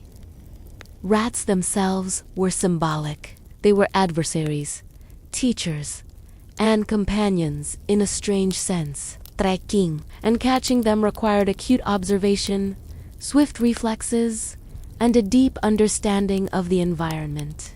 Mastery of this small but resilient creature offered sustenance and survival, a rare triumph in a world dominated by adults and danger.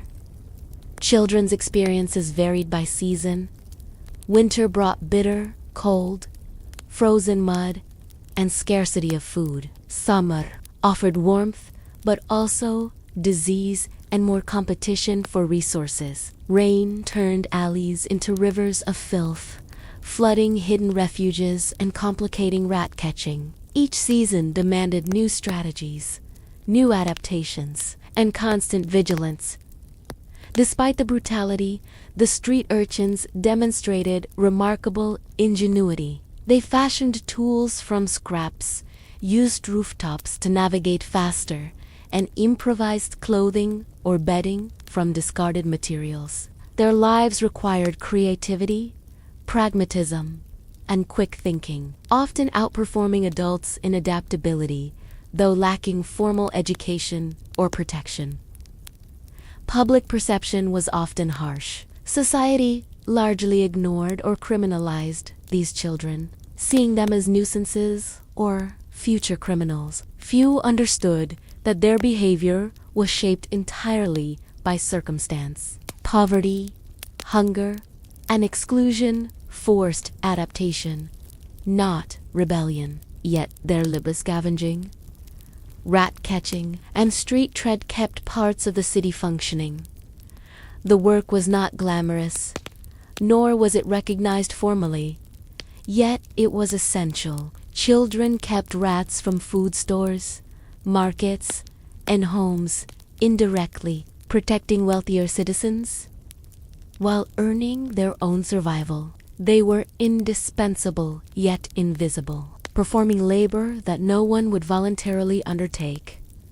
Many street children eventually aged out into labor elsewhere, carrying with them the physical scars and psychological imprint of their early years. Others remained trapped in cycles of poverty, forced to continue scavenging and surviving in perilous conditions. Their childhood, often brutal, shaped the entirety of their adult lives.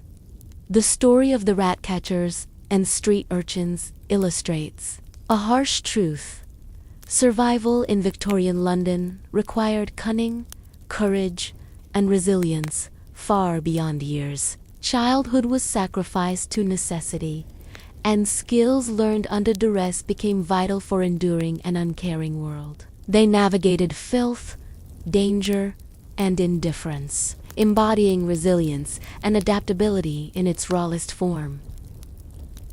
The city moved on around them. Markets flourished, streets bustled, and society progressed, largely oblivious to the tiny figures darting through shadows. capturing rats, scavenging scraps, and surviving where others would fail. These children were both integral and invisible, their lives shaping the rhythm of the city in subtle yet profound ways.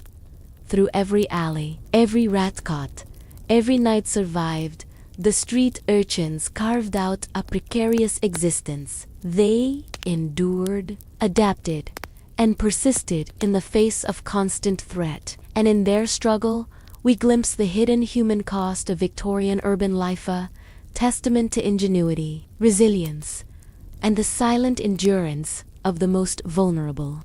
Victorian workhouses, the prison for the poor, at the edge of every Victorian town. Towering walls and iron gates enclosed an institution meant to address poverty but built to control it. The workhouse. From the outside, the structures were imposing, sterile, and designed to communicate order and authority. To those forced inside, however, they were prisons in every sense, places where the poor, including countless children, were stripped of freedom, dignity, and sometimes hope. The workhouse was a response to societal anxieties about poverty, idleness, and morality, yet it was far from a refuge. Families were separated on entry. Men, women, and children were housed in distinct wards. Interactions limited and regulated. Children often had no contact with parents for months or years, severing bonds essential for emotional well-being. These separations were justified as a method of instilling discipline and obedience, but the human cost was immense. Life inside was regimented to the point of cruelty. The daily schedule was dictated by strict timetables: wake early, perform chores, eat minimal rations, work without respite, and sleep in crowded dormitories. Individuality was discouraged, conformity enforced. Children were taught that compliance was survival, and defiance often resulted in punishment, sometimes physical. Often psychological. Work was exhausting and monotonous. Children labored in laundries, kitchens, or workshops, performing tasks far beyond their physical capacity. Laundry involved long hours of scrubbing, wringing, and boiling, leaving hands raw and skin blistered. In workshops, children sorted materials, stitched, or swept, all under constant supervision and with little regard for their comfort or safety. Their labor sustained the institution, yet rewarded them only with the bare essentials. Food was sparse, both nutritionally inadequate and unappealing. Porridge, bread, and thin soup formed the bulk of meals, insufficient for growing bodies and active minds. Malnutrition was common, exacerbating fatigue and susceptibility to illness. Hunger was omnipresent, yet expressing need or dissatisfaction was discouraged, often punished. Clothing was similarly minimal and utilitarian. Children wore coarse fabrics, ill-fitting garments that offered little warmth or protection. Personal items, toys, and mementos were forbidden, reducing identity to uniformity. Every aspect of the workhouse was designed to erase individuality and enforce compliance, creating an environment that was both physically and psychologically oppressive. The physical environment was harsh. Dormitories were overcrowded, with children packed into narrow beds or bunks. Ventilation was poor, sanitation minimal, and disease rampant.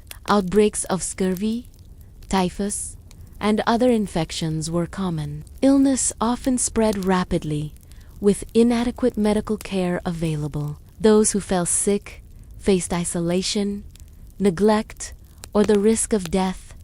Education, when offered, was minimal. Instruction focused on basic literacy and numeracy, but more often served to instill moral lessons rather than genuine learning. Children were taught obedience, punctuality, and subservience alongside rudimentary reading and writing skills. For most, intellectual growth was secondary to survival and labor.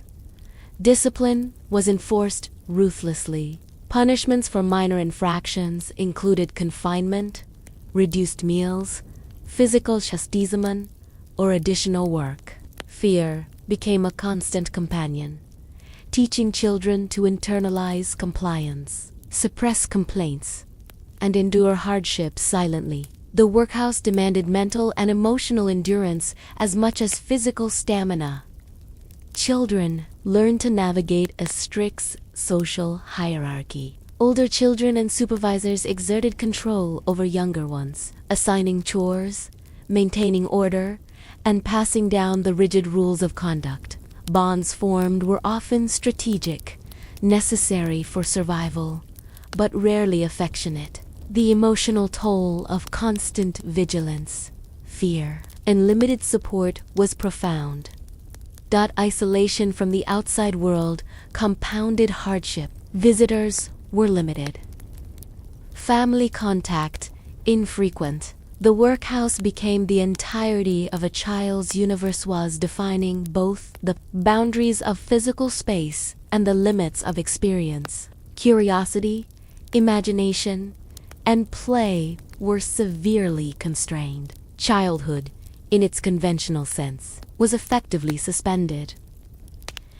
Despite the oppressive structure, children exhibited resilience and adaptation. They learned routines, developed survival strategies, and found small ways to cope with the monotony and discomfort. Secret alliances, whispered confidences, and moments of shared laughter offered brief reprieve, though always under the shadow of authority. Illness, injury, and exhaustion were constants. Malnourished bodies weakened quickly under the physical demands of labor. Children often carried permanent scars, both visible and hidden, resulting from accidents, disease, and repetitive strain. The workhouse ensured survival, but often at the cost of health and long-term well-being. Many children were orphans or from destitute families, yet even those with relatives often found themselves trapped within the system. Poverty offered no alternatives, and the societal stigma surrounding the poor limited options. Workhouses thus became both a necessity and a mechanism of social control, reinforcing class hierarchies, while demanding sacrifice from the youngest and weakest. Psychologically, the environment was crushing. Constant observation, rigid rules, and the threat of punishment instilled fear and obedience. The suppression of individuality and expression taught children that their needs, desires, and voices were secondary to the institution's function. Survival required adaptation, emotional suppression, and an acute understanding of authority. Yet, within the oppressive system, small forms of resilience emerged. Children created minor routines, shared whispered secrets, and clung to any semblance of comfort they could find. Moments of kindness from peers, minimal rewards from supervisors, or brief access to the outside world offered fleeting but essential relief. These small victories were vital to maintaining hope and endurance. The legacy of workhouses extended beyond childhood. Physical, psychological, and social consequences persisted into adulthood. Many former residents were unprepared for independent life, having spent formative years in an environment that prioritized labor, discipline, and obedience over emotional and intellectual development. Their experiences left enduring marks, shaping behavior, health, and opportunity.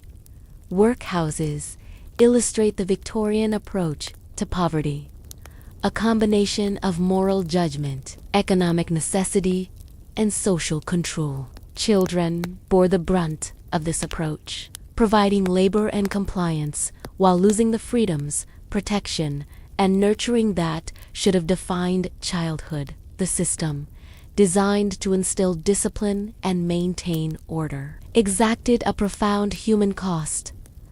The story of the Victorian workhouse is one of endurance under dehumanizing conditions, Children learned resilience, adaptability, and quiet defiance. Their labor sustained the institution and, by extension, society's sense of order. Yet these achievements were measured against suffering, deprivation, and lost opportunities. Childhood was transformed into a currency for survival, traded daily for the barest necessities. Every day in the workhouse was a negotiation between fear, labor, and survival. Children adapted, endured, and sometimes even thrived in small ways. Yet the overarching reality remained stark. These institutions were prisons in every sense, designed to control, regulate, and exploit those least able to resist. The lives of the children inside reveal the hidden human costs of a society striving for progress, order, and economic efficiency. The forgotten girl workers, in the dimly lit corners of Victorian factories and households. Girls labored in silence, their efforts largely invisible to the bustling world outside. While much attention was given to the dangers facing boys in mines or chimneys, the girls' struggles were equally relentless, though less recognized. They were the forgotten workers, performing tasks both inside factories and within homes, balancing labor with societal expectation and enduring conditions that robbed them of a conventional childhood. Most girl workers began their days before dawn. In textile mills, they threaded looms, carried heavy bundles of cotton, or pieced together intricate garments. In domestic service, they scrubbed floors, washed laundry, cooked meals, and tended to demanding households. Their work required precision, patience, and endurance. Mistakes were often met with reprimand, punishment, or prolonged labor. The physical environment was harsh. Factories were filled with loud machinery, moving belts, and hot, poorly ventilated spaces. Textile fibers, dust, and lint filled the air, causing persistent coughing and respiratory strain. Domestic work brought long hours on hard floors, exposure to hot water, steam, and chemicals for cleaning. Both environments demanded strength and endurance, far beyond what their small bodies should have managed. Hours were punishing. Workdays stretched from sunrise to sunset, with few breaks and minimal nourishment. Girls ate quickly, often cold or minimal food, in environments that left little room for rest. Hunger, fatigue, and constant exertion became normalized. Bodies and minds adapted to relentless schedules, but growth, health, and energy suffered. Many girls came from impoverished families. Their labor was not optional, it was survival. Earnings, however meager, were essential for household sustenance. Parents, desperate and constrained by societal pressures, often sent their daughters into factories or domestic service with reluctant resignation. The economy relied on their labor, yet society offered them scant recognition or protection.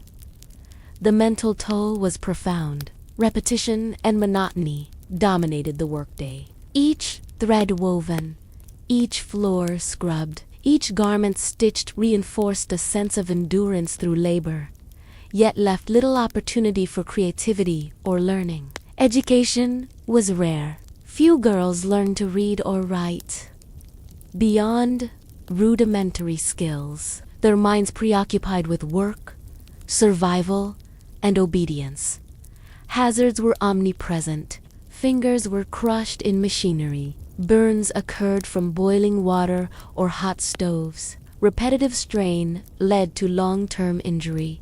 Children in mills and homes were often unprotected. Their small size, exploited to reach tight spaces, operate machines under dangerous conditions, or perform tasks too taxing for adults. The physical risks were constant, yet necessity dictated compliance.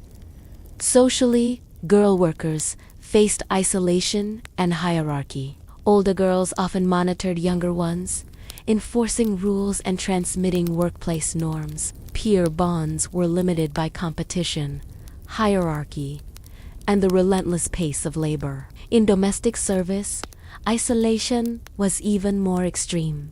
Girls were embedded in households with little contact outside, their interactions defined strictly by labor expectations. Despite adversity, some girls demonstrated remarkable skill and ingenuity. They developed dexterity, problem-solving abilities, and efficiency in managing repetitive or complex tasks. These skills, honed under duress, allowed them to endure and excel, yet rarely led to recognition or advancement. Their labor remained largely invisible, absorbed into the industrial and domestic output of the city. Physical development suffered. Long hours on feet or bent over machinery caused musculoskeletal strain, stunted growth, and chronic pain. Exposure to harsh chemicals or heat compromised health. Despite these limitations, girls were expected to maintain productivity, demonstrating endurance and compliance that belied their small frames. The emotional impact was equally severe. Constant supervision, expectation, and punishment created stress, anxiety, and fear. Complaints were rarely addressed. An expression of pain or fatigue was discouraged. Children internalized discipline and obedience as survival mechanisms, suppressing emotional needs to navigate the rigid structures imposed upon them. Seasonal changes brought new challenges. Winter intensified physical strain through cold and dampness. Summer increased heat-related risks in factories. Domestic work shifted with household demands, including seasonal cleaning, laundering, and preparation for social events. Each season required adaptation and resilience, yet offered little relief from the unrelenting labor.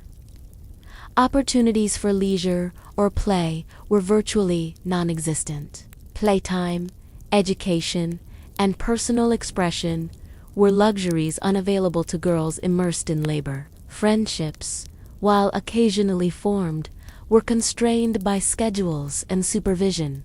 Childhood freedoms were replaced with responsibility, labor, and survival. Work often extended into nights and weekends. Domestic service demanded continuous attention. Factories expected relentless productivity. Meals and sleep were subordinated to labor. The concept of childhood, as understood by wealthier contemporaries, was absent for these girls. Life was measured not in years, but in hours of labor and tasks completed. Injuries and illness were treated minimally. Minor cuts, burns, or rashes were tolerated until recovery could occur without interfering with work. Severe illness might result in temporary dismissal, but financial necessity usually forced girls to return before full recuperation. Resilience was expected, endurance demanded, and vulnerability minimized. Despite these hardships, moments of resistance and solidarity occurred. Girls learned to share tips, support each other in navigating machinery or household tasks, and provide small comforts in an environment otherwise devoid of empathy. These small acts were critical for maintaining morale and mental health, though always within the boundaries of risk. The societal context offered little reprieve. Victorian society often ignored the labor of girls, emphasizing boys' industrial contribution while romanticizing domestic service as training for womanhood. Labor laws were minimal, enforcement inconsistent, and social awareness limited. Girls' work was essential, yet unacknowledged, a hidden engine of both industrial and domestic productivity. The long-term effects of early labor were severe. Health complications persisted into adulthood. Emotional development was often stunted, and educational deficits limited opportunity. Many girls were trapped in cycles of low-paid labor, early marriage, or domestic servitude. their potential curtailed by the demands of survival in childhood. Despite neglect and hardship, the resilience of these girls was remarkable. They navigated hazardous environments, fulfilled relentless labor demands, and survived conditions that would have overwhelmed many adults. Their endurance, skill, and adaptability were profound, yet largely invisible to the world they served. The story of the forgotten girl workers illuminates a hidden facet of Victorian society. Their labor, largely ignored by reformers and historians until recent decades, fueled industries, supported households, and enabled the broader society to flourish. Yet this labor came at immense personal cost, stripping away freedom, childhood, and health, leaving behind a legacy of resilience shadowed by exploitation. Iron and steel. The toddlers of the furnaces, in the smoldering heart of Victorian industrial towns, where iron rails and steel beams were forged to shape the modern world. The youngest and most vulnerable were often the ones most exposed to danger. Children, scarcely older than toddlers were, employed in iron and steel works, navigating an environment dominated by fire, molten metal, and deafening machinery. The furnaces were merciless, the work relentless, and survival required courage beyond their years. From dawn to dusk, children labored under the constant roar of furnaces and the ceaseless clanging of hammers and anvils. Their small size allowed them to maneuver in spaces too cramped for adults, between machinery, beneath beams, and around vats of molten metal. Tasks included feeding furnaces, handling hot ingots, carrying coal, and assisting with dangerous operations that demanded precision and speed. Each day presented hazards that would terrify most adults.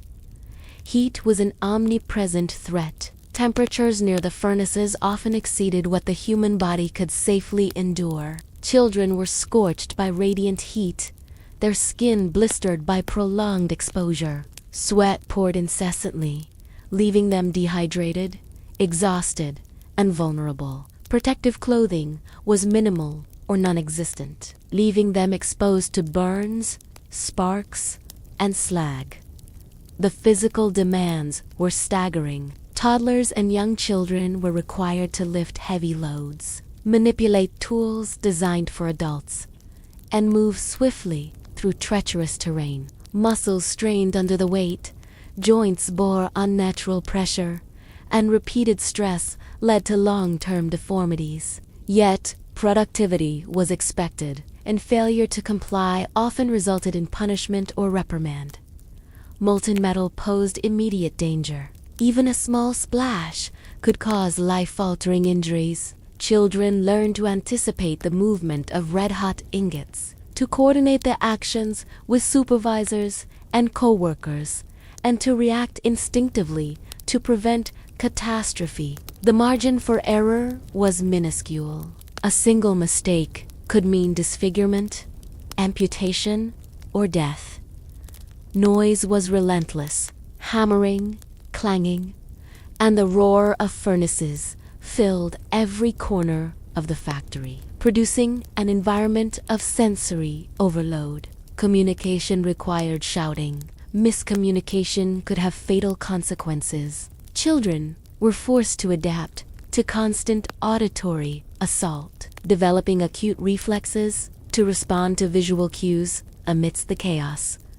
Exhaustion was constant. Work days stretched 12 to 14 hours, often longer in peak production periods. Breaks were infrequent, meals minimal, and rest inadequate. Hunger combined with fatigue, creating a cycle of weakened bodies, performing perilous tasks under extreme stress. Yet these children endured, driven by necessity, fear, and the expectations imposed upon them.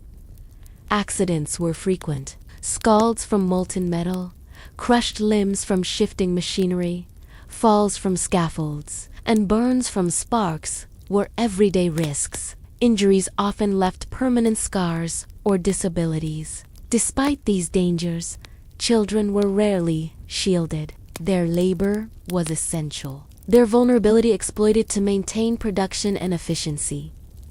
Many of the child workers came from impoverished families, orphaned households, or desperate circumstances. Their wages, though small, were vital to family survival. Parents often had no alternative, and the economic system encouraged the exploitation of these tiny, nimble workers. The cost of progress was measured not only in bricks, steel, and rails, but in the bodies and lives of children.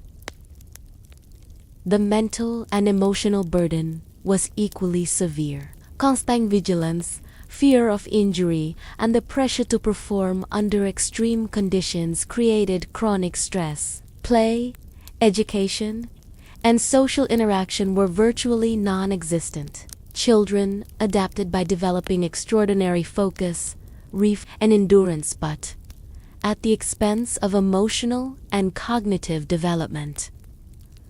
Hierarchy within the factory was strict. Older children or adult supervisors monitored the youngest, enforcing rules and directing tasks with little empathy. Compliance was rewarded with minimal relief, while mistakes were met with admonishment or additional labor. Children learned to navigate this hierarchy, understanding that survival depended on obedience and awareness. Despite these hardships, some children exhibited extraordinary skill and courage. They learned to manipulate tools, anticipate the behavior of molten metal, and move with precision in environments far beyond their physical capacity. Their small size, often seen as vulnerability, became a form of utility, allowing access to dangerous areas that adults could not navigate safely. Illness and injury were constant threats. Heat stroke, burns, respiratory distress from metal dust, and repetitive strain injuries were common. Medical care was limited, and minor injuries often escalated into chronic conditions. Children learned to conceal pain, continue labor despite suffering, and develop rudimentary methods of self-care, fostering resilience but also masking significant harm. The factory's environment offered no comfort. The glare of furnaces, the deafening clamor of machinery, and the relentless labor left little room for rest, reflection, or recovery. Children endured extremes of heat and exertion, yet society largely overlooked their plight, focusing instead on industrial output, urban growth, and economic expansion. Survival depended on instinct, cooperation, and ingenuity. Older children taught younger ones how to move safely, anticipate dangers, and manage tasks efficiently. Subtle gestures, quiet warnings, and coordinated movement often prevented disaster. These lessons, passed down informally, were essential for life in a world dominated by fire and steel. Seasonal challenges compounded daily difficulties. Summer brought oppressive heat, increasing the risk of burns and heat exhaustion. Winter exposed children to frigid drafts, chilling metal surfaces, and harsh winds through factory openings. Adaptation was constant. Survival skills honed continuously, and the environment never forgiving. Social and emotional isolation was pervasive. Children rarely interacted outside work. Friendships were constrained, and family connections often limited.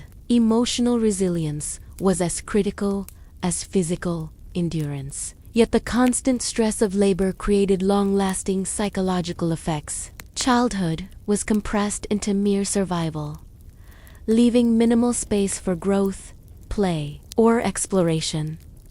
The impact of labor extended into adulthood. Injuries, chronic fatigue, and stunted development marked many lives. The psychological scars of fear, vigilance, and exposure to danger persisted long after the furnaces were left behind. For many, industrial skill was a survival mechanism rather than a path to opportunity or mobility.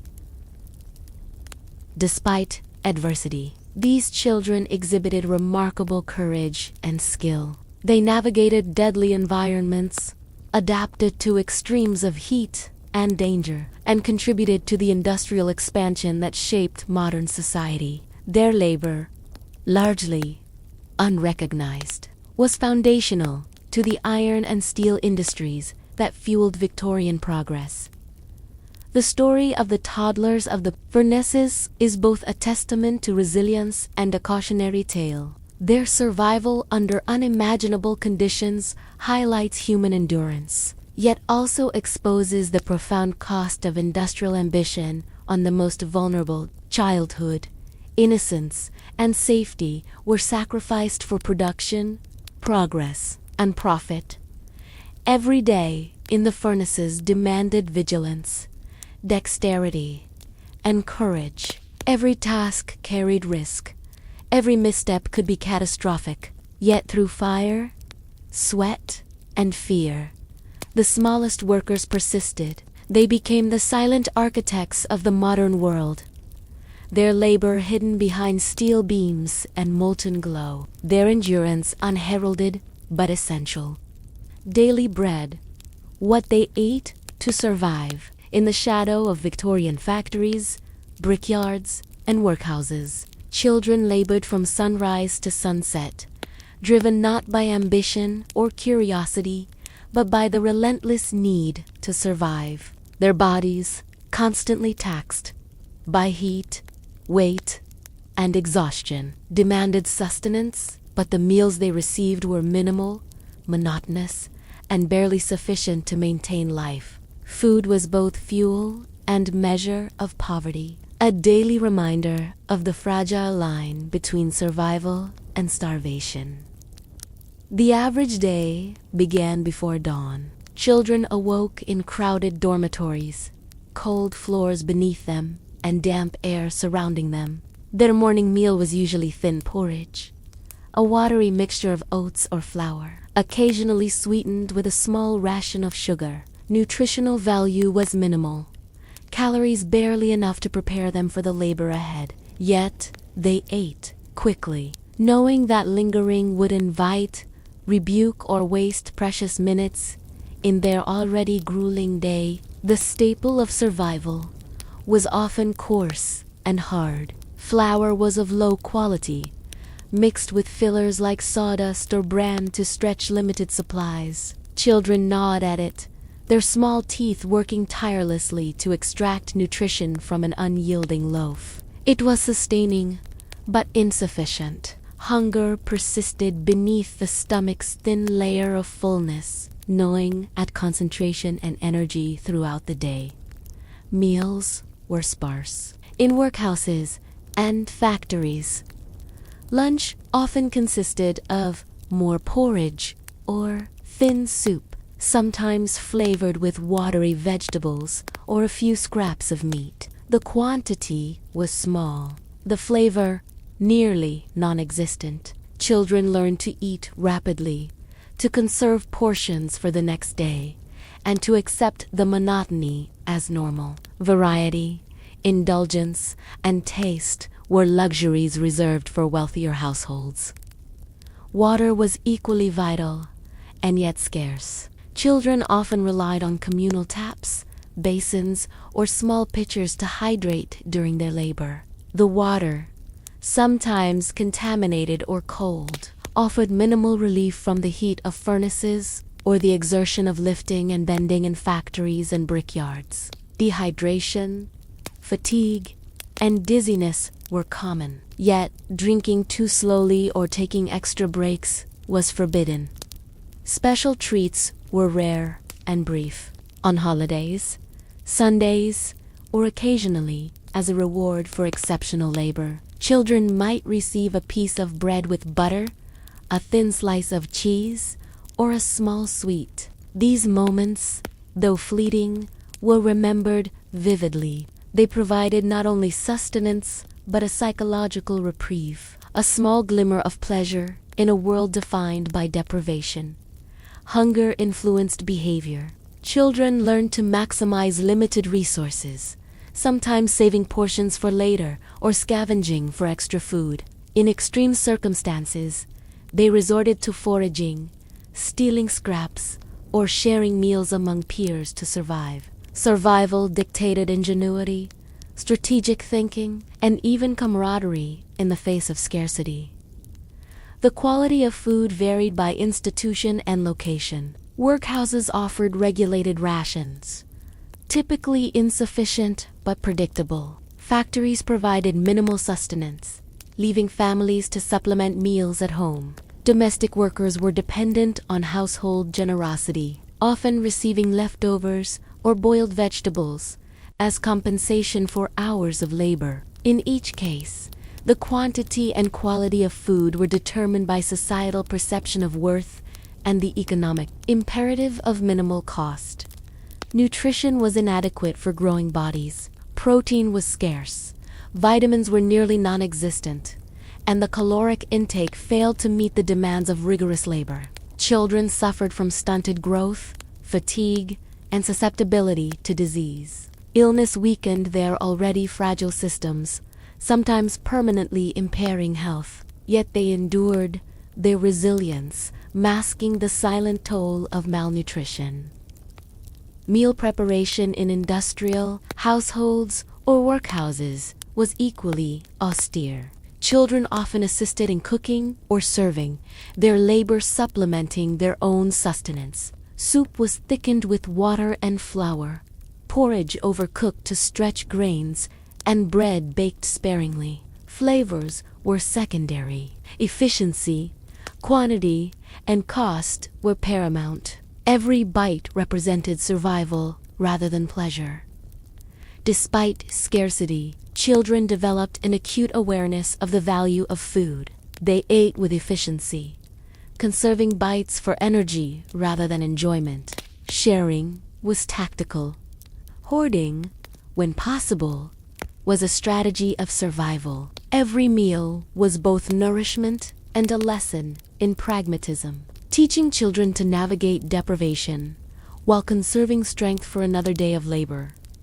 Seasonal variations affected diet. Winter brought scarcity, as vegetables and fresh food were limited, making porridge and bread even more dominant. Summer allowed occasional access to fruits or milk, but only in small quantities. Seasonal shortages heightened anxiety, emphasizing the precarity of survival and shaping the resourcefulness of children in managing hunger. Social dynamics around food were complex. Children learned to negotiate, exchange, or compete for the best portions. Seniority, strength, or quickness often determined access. In workhouses, communal dining enforced a rigid order, while in factories or homes, proximity to supervisors or family influence dictated allocation. Food, scarce as it was, became both sustenance and a measure of power.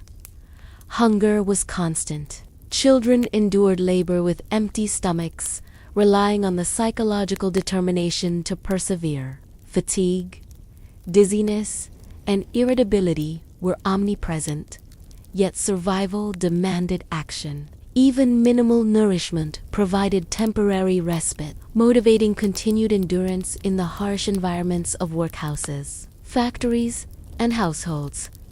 Cultural attitudes shaped diet. Society viewed poor children as industrious, yet expendable. Meals were minimal because need was assumed to be moderate. Endurance expected. Nutrition was secondary to labor output, reflecting an economic and moral calculus that prioritized productivity over health. Children were judged capable of sustaining themselves on little, a perception that often justified neglect. Children exhibited ingenuity to supplement rations, scavenging, foraging, or discreetly sharing food with peers were common strategies. Some learned to trade chores for extra portions. Others bartered scraps with neighbors or co-workers. Every action around food was both practical and strategic, reflecting the constant negotiation between survival and scarcity. Despite deprivation, small pleasures persisted. The taste of fresh bread, a spoonful of warm soup, or a rare piece of fruit was celebrated. These moments, though fleeting, were critical to morale. They provided a psychological anchor, a reminder of normalcy and comfort amidst relentless labor. Food scarcity also taught lessons in endurance and children developed an acute sense of hunger cycles, learned to prioritize tasks around meals, and conserved energy in anticipation of the next ration. Survival was not merely physical. It required planning, patience, and adaptability. Long-term effects were profound. Chronic malnutrition contributed to stunted growth, physical weakness, and vulnerability to disease. Yet, children adapted physiologically and mentally, sustaining labor under conditions that would cripple many adults. Their resilience was remarkable, forged in a daily battle against hunger, fatigue, and adversity. The story of daily bread is a testament to endurance in the face of scarcity. Each meal, each morsel, represented survival in a world that demanded labor over comfort. Children lived on minimal sustenance, adapting their bodies and minds to the harsh realities of Victorian industry, poverty, and social neglect. Every bite carried the weight of survival, every meal a quiet triumph against adversity, injuries, and trauma. The scars they carried, the factories, mines, and workhouses of Victorian Britain were more than places of labor. They were theaters of constant peril, where injuries and trauma were as routine as the passing of hours. For children, the physical dangers were omnipresent. Crushing machinery, blazing furnaces, sharp tools, and unstable structures were everyday hazards. Each wound, each burn, each broken bone carried a story of endurance and the harsh realities of survival.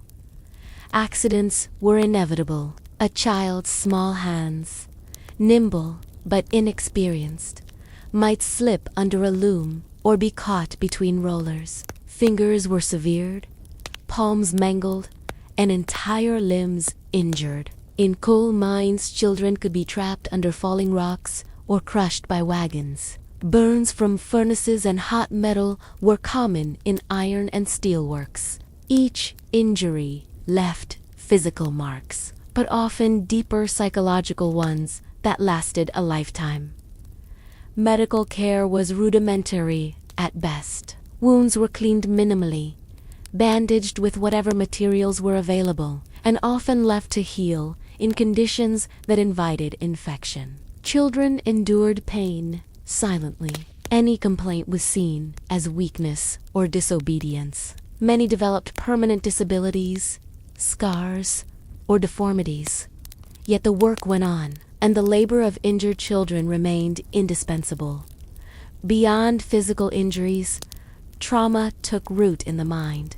The constant exposure to danger, the fear of accidents, and the pressure to perform labor perfectly instilled anxiety and hypervigilance. Children learned to anticipate hazards instinctively, but the stress of perpetual alertness eroded innocence and created lasting psychological scars. Sleep, when it came, was often restless, filled with memories of accidents narrowly avoided or witnessed. Even minor injuries had compounding effects. A cut finger could become infected, limiting the child's ability to work effectively, which might result in punishment or extended labor hours. Blisters from long hours at looms or furnaces caused constant discomfort. Repeated strain led to chronic pain, stiffness, and long-term health complications. Every scar, visible or hidden, was a testament to endurance in an unforgiving environment. The social environment amplified trauma. Supervisors enforced rules without empathy, punishing mistakes severely. Older children might be complicit in disciplining younger ones, reinforcing hierarchy and fear. Isolation from family and peers intensified vulnerability, leaving children to process pain and fear largely alone. Emotional resilience became as critical as physical strength for survival. Accidents were often witnessed by peers, magnifying fear and anxiety.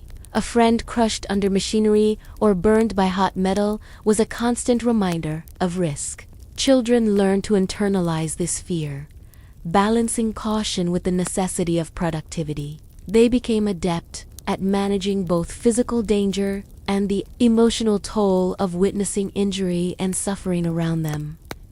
Psychological trauma extended beyond the workday. Nightmares, heightened anxiety, and hyper-awareness persisted in dormitories, homes, or alleys. Even brief moments of rest were punctuated by memories of pain and danger. Emotional development was compromised, leaving many children carrying fears and anxieties well into adulthood.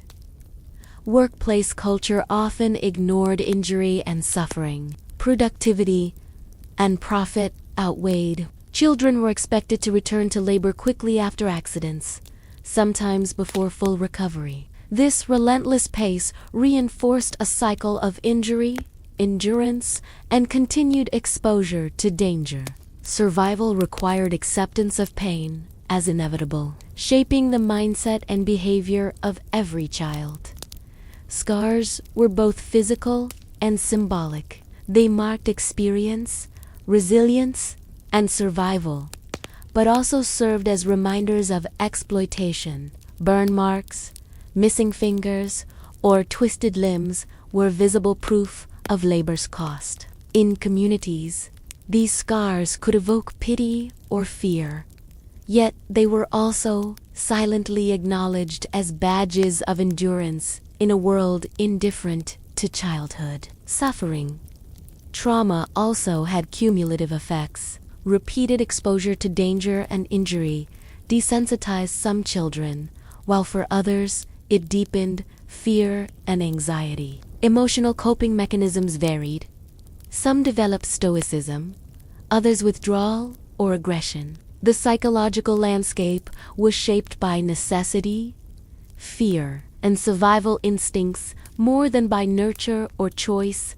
Social stigmas complicated recovery. Children returning with visible injuries might be marginalized or pitied. Disabilities limited future work opportunities, reinforcing cycles of poverty. Society largely ignored the root causes of these injuries, framing them as unfortunate accidents rather than predictable consequences of exploiting vulnerable labor. Many children developed self-reliance through trauma. First aid, improvised protection, and strategic caution became vital skills. Peer networks provided informal support-sharing remedies, cautioning against hazards, and offering emotional comfort. These adaptations were essential, though they could not erase the lasting imprint of fear and injury. Cumulative. Injuries had long-term implications for physical development. Growth was stunted, coordination impaired, and chronic pain persisted. Malnutrition, exhaustion, and repeated strain exacerbated the physical toll. For many, childhood injuries shaped adult capabilities and limited life opportunities, reinforcing social and economic inequalities. Mental resilience was tested daily. Children had to maintain focus amid noise, heat, and danger, often suppressing fear to function effectively. Cognitive development intertwined with survival instinct, producing acute situational awareness and problem-solving skills forged under pressure. Yet these skills came at the cost of emotional well-being and unburdened childhood experience. Injuries also influenced social hierarchy. Older or stronger children often assumed protective roles, guiding younger peers to avoid hazards. While these informal mentorships provided safety, they also reinforced awareness of vulnerability, responsibility, and fear. Children learned to navigate both physical dangers and social dynamics simultaneously.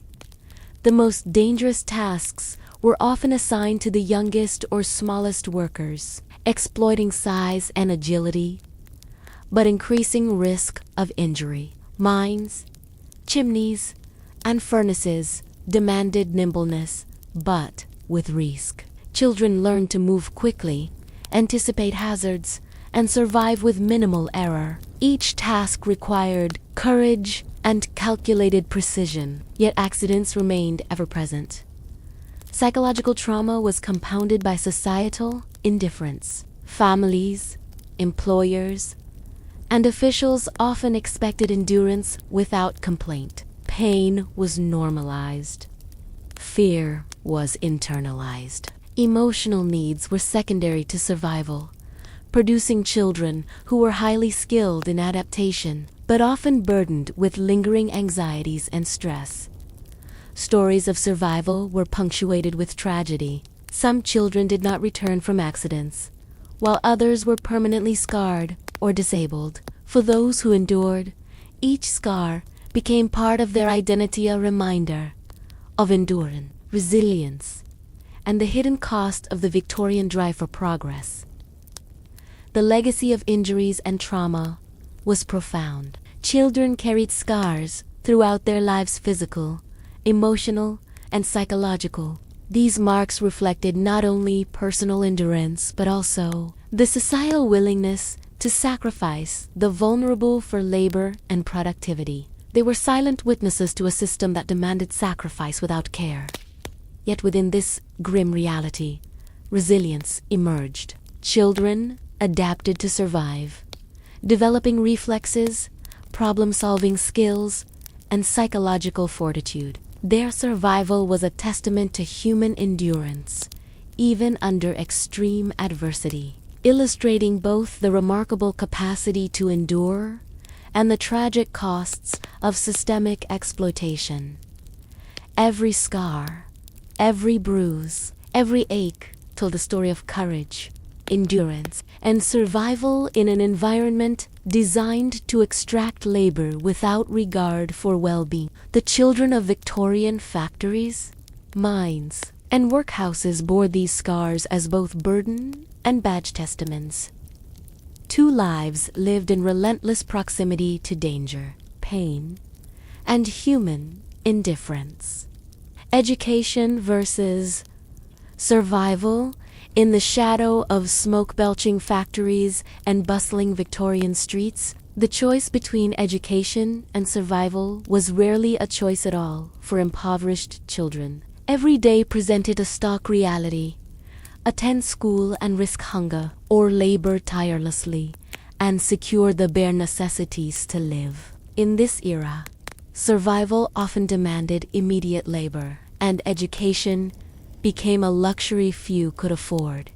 For children from working-class families, school was largely an aspiration rather than a reality. Families relied on every member, regardless of age, to contribute to household income. Girls worked in laundries, domestic service, and textile mills, while boys labored in mines, factories, and on the streets. Attendance in school was sporadic at best, and for many, non-existent. Survival took precedence, and education became secondary. Morning routines began long before any lessons could take place. Children awoke to the clamor of industrial towns, their bodies stiff from cold dormitories or overcrowded homes. Breakfast, if it existed, was minimal. Porridge, bread, or scraps of leftovers provided just enough energy to endure the long day of work ahead. There was no time to linger in classrooms or sit through lessons in arithmetic, reading, or writing. Factories and workhouses defined the children's schedules. Hours of relentless labor consumed the daylight, leaving no space for study. Apprenticeships or informal, on-the-job learning provided practical skills, but intellectual development remained constrained. Reading, writing, and arithmetic, the foundations of formal education, were often relegated to occasional lessons or informal instruction, insufficient to compete with the opportunities available to wealthier children. The tension between education and survival was palpable in every household. Parents understood the long-term benefits of literacy and numeracy, but could not afford to deprive the family of income. Each child's labor contributed to meals on the table, rent, or repayment of debts. Sacrificing work for school threatened the fragile balance of daily survival. Education became a distant dream, overshadowed by the immediacy of hunger, exhaustion, and labor. Where schooling was available, conditions were often harsh. Workhouse schools provided basic instruction, but the environment was rigid and designed to enforce discipline. Classrooms were overcrowded, materials scarce, and teaching minimal. Children attending these schools balanced learning with the physical and mental demands of labor, often arriving tired, hungry, and distracted. Illness and fatigue further restricted access to education. Malnutrition, long work hours, and exposure to hazardous conditions weakened children, making concentration and learning nearly impossible. Days absent from school became the norm, and for many, these absences evolved into permanent exclusion. Survival demanded immediate attention, leaving little room for intellectual growth. Even in moments of opportunity, education was a privilege, not a right. Teachers encouraged attendance, but social and economic pressures dictated priorities. Families relied on children to perform essential labor tasks, delivering coal, carrying water, tending younger siblings, or working machinery. Education was often interrupted by emergencies, seasonal labor demands, or family crises. The struggle to balance learning with earning defined childhood.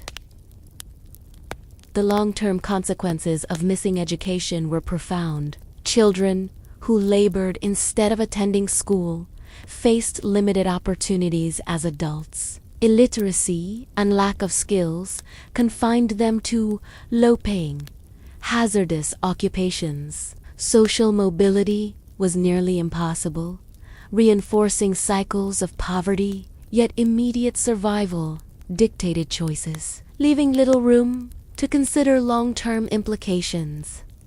Some children found creative ways to combine work and learning. On rare occasions, they learned to read during brief breaks or recited lessons to each other while performing menial tasks. Apprenticeships offered instruction in practical skills, which sometimes included reading instructions, measuring, or bookkeeping. Still, these learning opportunities were inconsistent and insufficient compared to formal schooling.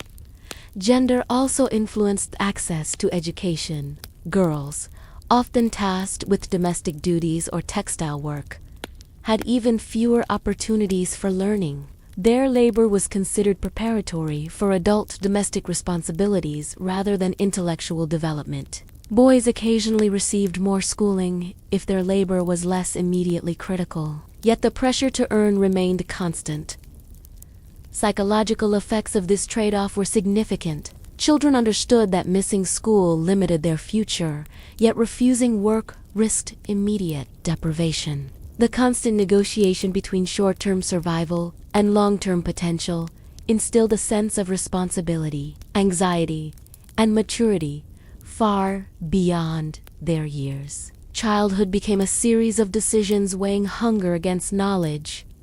Teachers, reformers, and philanthropists recognized the tension, advocating for reduced work hours, child labor laws, and educational access. Yet enforcement was inconsistent and poverty remained a powerful determinant of choices. For many children, reform measures were too little, too late. Survival dictated daily priorities, and school remained a distant aspiration.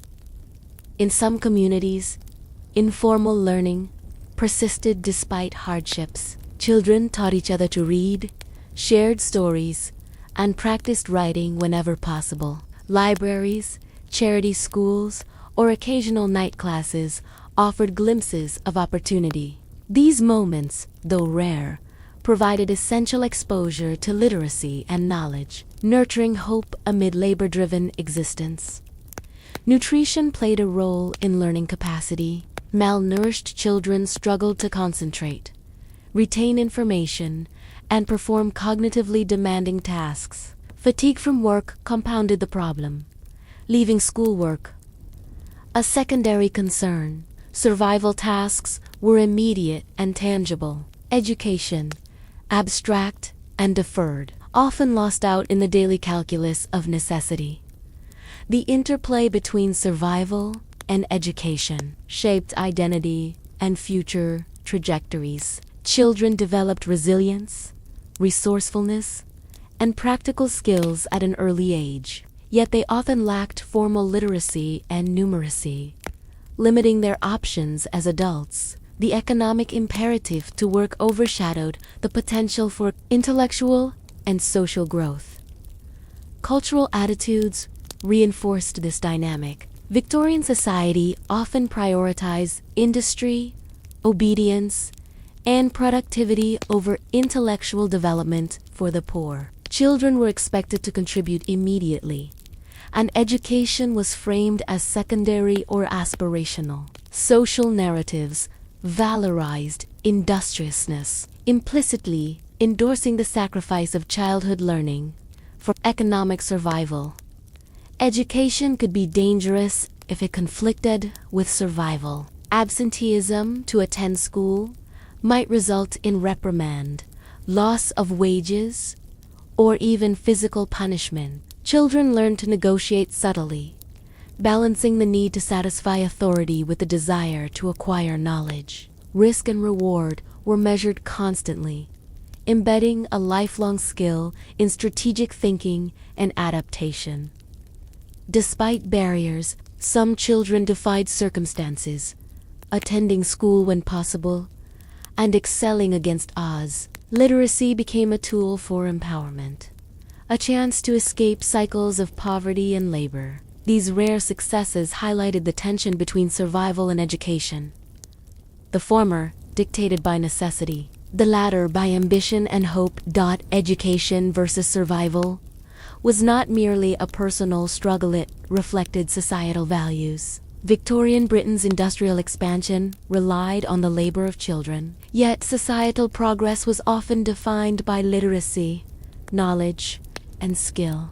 The gap between these competing imperatives illuminated the sacrifices made by the most vulnerable to fuel the machinery of progress. For many, the compromise was grimly pragmatic. Survival took precedence, and formal education was postponed indefinitely, sometimes permanently. Children carried lessons from work, streets, and household labor, acquiring skills that allowed immediate survival but rarely facilitated advancement. Knowledge was practical, situational, and experiential rather than academic. Yet, within this struggle, resilience and ingenuity flourished. Children adapted to circumstances, learned rapidly from experience, and found opportunities to gain literacy or numeracy whenever possible. Their determination to survive while pursuing knowledge, however limited, reflected the human capacity to balance necessity with aspiration, even under extreme conditions. The story of education versus survival illustrates a Victorian paradox.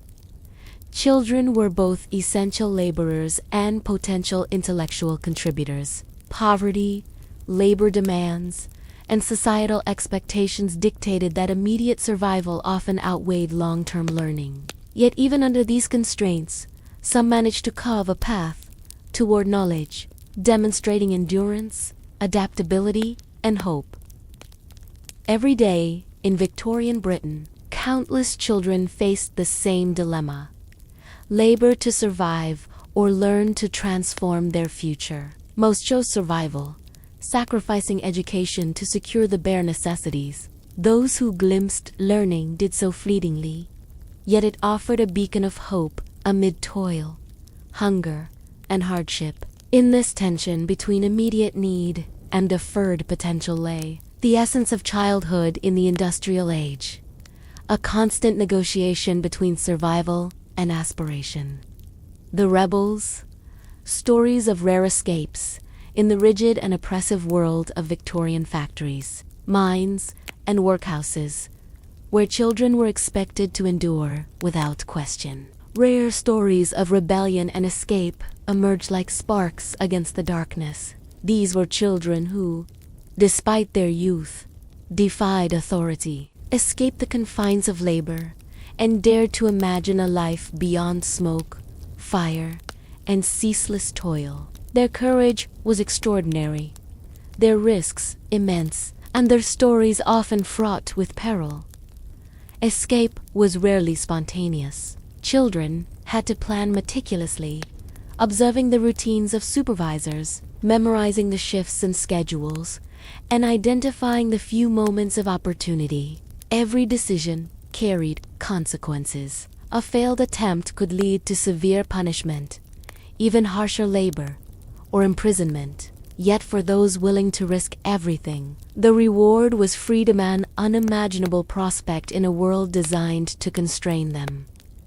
Factories, mines, and workhouses were designed to limit mobility. Locked doors, fenced yards, and constant supervision created physical barriers to escape. Yet some children found ways to exploit small gaps in the system.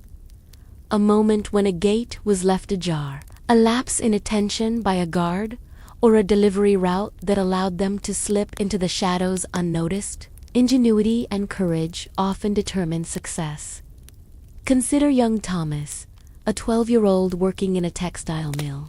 Each day, he endured the deafening roar of looms, the suffocating dust, and the ceaseless repetition of labor. One rainy afternoon, noticing a seldom used service door left unlocked, he seized the opportunity, darting through the narrow exit and disappearing into the misty streets. His heart pounded, every footstep a mix of fear and exhilaration. Freedom, once unimaginable, felt within reach. Escape required more than physical ability, it demanded emotional resilience. The fear of being caught, the anxiety of leaving family behind, and the uncertainty of survival on the streets weighed heavily. Children who ran away often faced immediate threats: hunger, exposure to the elements, and the dangers of urban life. Yet the promise of freedom outweighed these risks, propelling them forward through alleyways, over fences, and into the unknown. Girls, too, undertook daring escapes, though their strategies differed. Often assigned to domestic work, they had limited access to the outside world. They had to rely on stealth, deception, and careful timing. Young Sarah, working in a wealthy household, memorized the employer's routines for months before slipping out under the cover of night, carrying only a small bundle of clothes. Her journey to freedom was fraught with danger, yet her courage exemplified the indomitable spirit of the oppressed. Some children escaped to work elsewhere, trading one form of labor for another, sometimes slightly less hazardous or more lenient. Others fled entirely, seeking refuge with relatives in charity schools or on the streets where anonymity offered temporary protection. Escape was not merely physical. It was an act of rebellion, a refusal to accept exploitation as inevitable. The social networks of children played a crucial role. Older peers often guided younger ones, sharing knowledge about routes, safe houses, and sympathetic adults. They communicated in whispered codes, left signals, or hid messages in clothing and possessions. Solidarity among child laborers enabled daring escapes that might have been impossible for isolated individuals. Punishments for attempted escapes were severe. Children who were caught faced beatings, extended labor, or confinement. Workhouse regulations often stipulated that repeat offenders could be locked in dark cells or subjected to isolation. These punitive measures heightened the stakes, making successful escapes even more remarkable. Courage was measured not only by the act of running but by the calculated defiance of authority. Some escapes were spontaneous, born of desperation in moments of extreme cruelty. A sudden outburst from a supervisor, the threat of imminent punishment, or unbearable conditions could trigger a flight instinct. These acts, though risky and often short-lived, illustrated the human instinct for freedom and resistance. Even among the most vulnerable economic conditions shaped escape attempts. Poverty, hunger, and familial pressure compelled children to remain in labor. Yet these same factors also created incentives to flee. A child could weigh the certainty of exploitation against the uncertainty of life outside the factory or workhouse. Those who ran were driven by hope, desperation, and the desire for autonomy. Urban landscapes offered both opportunity and threat. Streets, markets, docks, and alleys provided avenues for concealment and movement. Yet they were crowded, unfamiliar, and dangerous. Runaways had to navigate these environments, often relying on instincts, intuition, and guidance from older streetwise children to avoid capture or exploitation. Every step was a gamble, every encounter a potential hazard. Some escapes became legendary, passed down through whispers among child laborers. Tales of children who evaded supervisors, traversed miles to safety, or found sympathetic adults inspired others, creating a culture of hope and defiance amidst oppression. These stories underscored the possibility of resistance, reminding children that even the most formidable systems could be challenged. Despite successful escapes, challenges persisted. Food, shelter, and safety were scarce. Street life exposed children to theft, violence, and exploitation. Survival required adaptability, resourcefulness, and cunning. Yet these hardships were often preferable to the relentless brutality of factory floors, mines, or workhouses. Freedom, though precarious, offered dignity and agency that labor environments denied. The psychology of escape was complex. Children experienced exhilaration, fear, and guilt simultaneously, leaving peers or family behind weighed heavily. Yet autonomy and the chance to shape one's own life created profound psychological rewards. The act of running was both rebellion and self-preservation, a declaration that childhood was not solely defined by labor. Society, however, offered limited protection. Runaways were often treated as vagrants, beggars, or delinquents. Charities, reformers, and sympathetic adults provided occasional refuge, yet support was inconsistent. Children had to navigate a world that simultaneously punished and ignored them, relying on ingenuity and courage to survive beyond the institutions that sought to contain them. The rarity of successful escapes underscored their significance. Each story of flight was extraordinary, a testament to courage, planning, and determination. These children challenged the assumption that labor, obedience, and exploitation were inescapable, demonstrating that even in oppressive systems, human agency persisted. Legends of rebellion inspired change. Stories of escape were shared among laborers, parents, and reformers, highlighting systemic abuses and catalyzing calls for improved conditions and legal protections. While most children never escaped, those who did became symbols of resilience, courage, and the enduring human desire for freedom. Rebellion took other forms as well. Small acts of defiance, like deliberate slow work, mischief, or subtle sabotage, complemented dramatic escapes. These actions allowed children to assert autonomy, resist oppression, and maintain a sense of agency in environments that sought to suppress both. The scars of labor were not only physical, they included memories of fear, oppression, and the constant struggle for survival. Escapes, rare as they were, offered respite, hope, and an opportunity to reclaim some control over life. These acts of courage, fleeting yet profound, demonstrated that even the youngest and most vulnerable could resist, endure, and aspire to freedom. Each escape was a story of bravery, calculation, and desperation. It was a moment where childhood resilience collided with the harsh realities of Victorian labor. For those who succeeded, the world opened up with possibilities previously unimaginable. For those who failed, the cost was a harsh reminder of the perilous nature of defiance. The tales of the rebels, though rare, illuminate the strength, ingenuity, and determination of children who refused to accept a life defined solely by labor. They reveal the human capacity to fight for dignity and autonomy, even in environments designed to strip away both.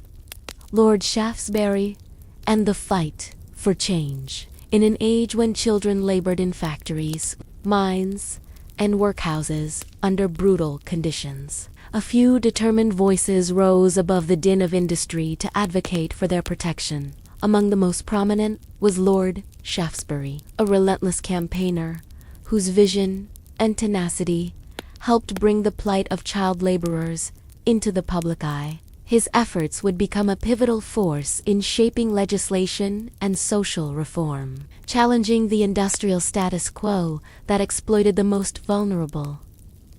Lord Shaftesbury, born Anthony Ashley Cooper, approached child labor not only as a moral failing of society, but as a systemic injustice that required political action. His campaigns began in the 1830s, a time when industrial expansion was celebrated and social reform was largely ignored by those in power. He recognized the hidden suffering of children and sought to transform public perception, advocating for humane conditions and legal protection.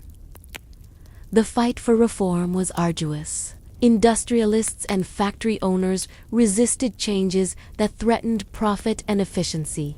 They argued that children's labor was essential to the economy, that families required income, and that imposing limits would harm competitiveness. Lord Shaftesbury countered with meticulous research, personal testimony, and moral argumentation, documenting the conditions children endured and exposing the human cost of industrial progress. His advocacy relied heavily on bringing the realities of child labor to public attention. He commissioned investigations, gathered reports from inspectors, and toured factories and mines himself. His descriptions of young children operating dangerous machinery, climbing chimneys, or working in suffocating conditions were vivid and harrowing. Parliament and the press began to see not mere statistics, but the faces and stories of suffering children.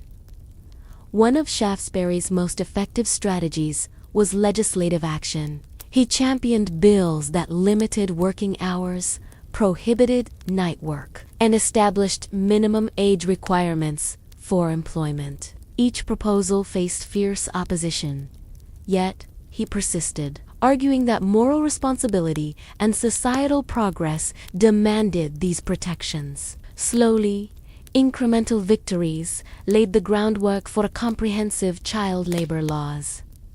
The 1833 Factory Act marked one of Shaftesbury's early successes, regulating working hours for children in textile mills. Though limited in scope, it set a precedent, acknowledging that children's welfare deserved legal recognition. Shaftesbury continued to push for broader reforms, extending protections to coal mines, workhouses, and other industrial sectors. His persistence demonstrated that legislation could serve as a tool for social justice, even against entrenched economic interests. Shaftesbury's fight was not without personal cost. He faced ridicule, hostility, and political resistance. Industrialists labeled him an idiot. Critics accused him of interfering in family and economic matters, and many questioned the practicality of protecting children without compromising production. Yet his moral conviction and strategic approach gradually swayed opinion, building coalitions among reformers, clergy, and sympathetic politicians.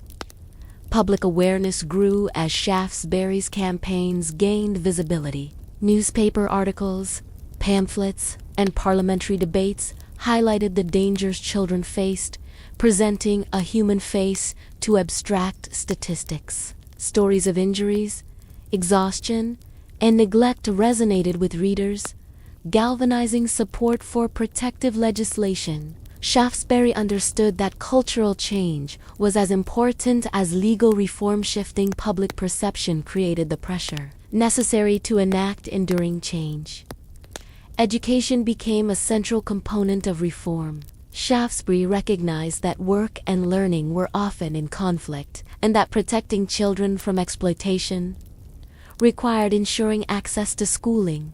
He advocated for shorter work days, compulsory education, and opportunities for intellectual development, linking labor laws with broader societal progress. The notion that children could be both workers and learners was revolutionary in a society that prioritized productivity over childhood. Coalition building was essential to his success. Shaftesbury worked alongside philanthropists, social reformers, and religious leaders, creating a network dedicated to child welfare. Their combined efforts amplified the message, coordinated inspections, and influenced political debates. By framing child labor as a moral and societal issue, rather than merely an economic concern, Shaftesbury broadened the base of support and increased pressure on lawmakers.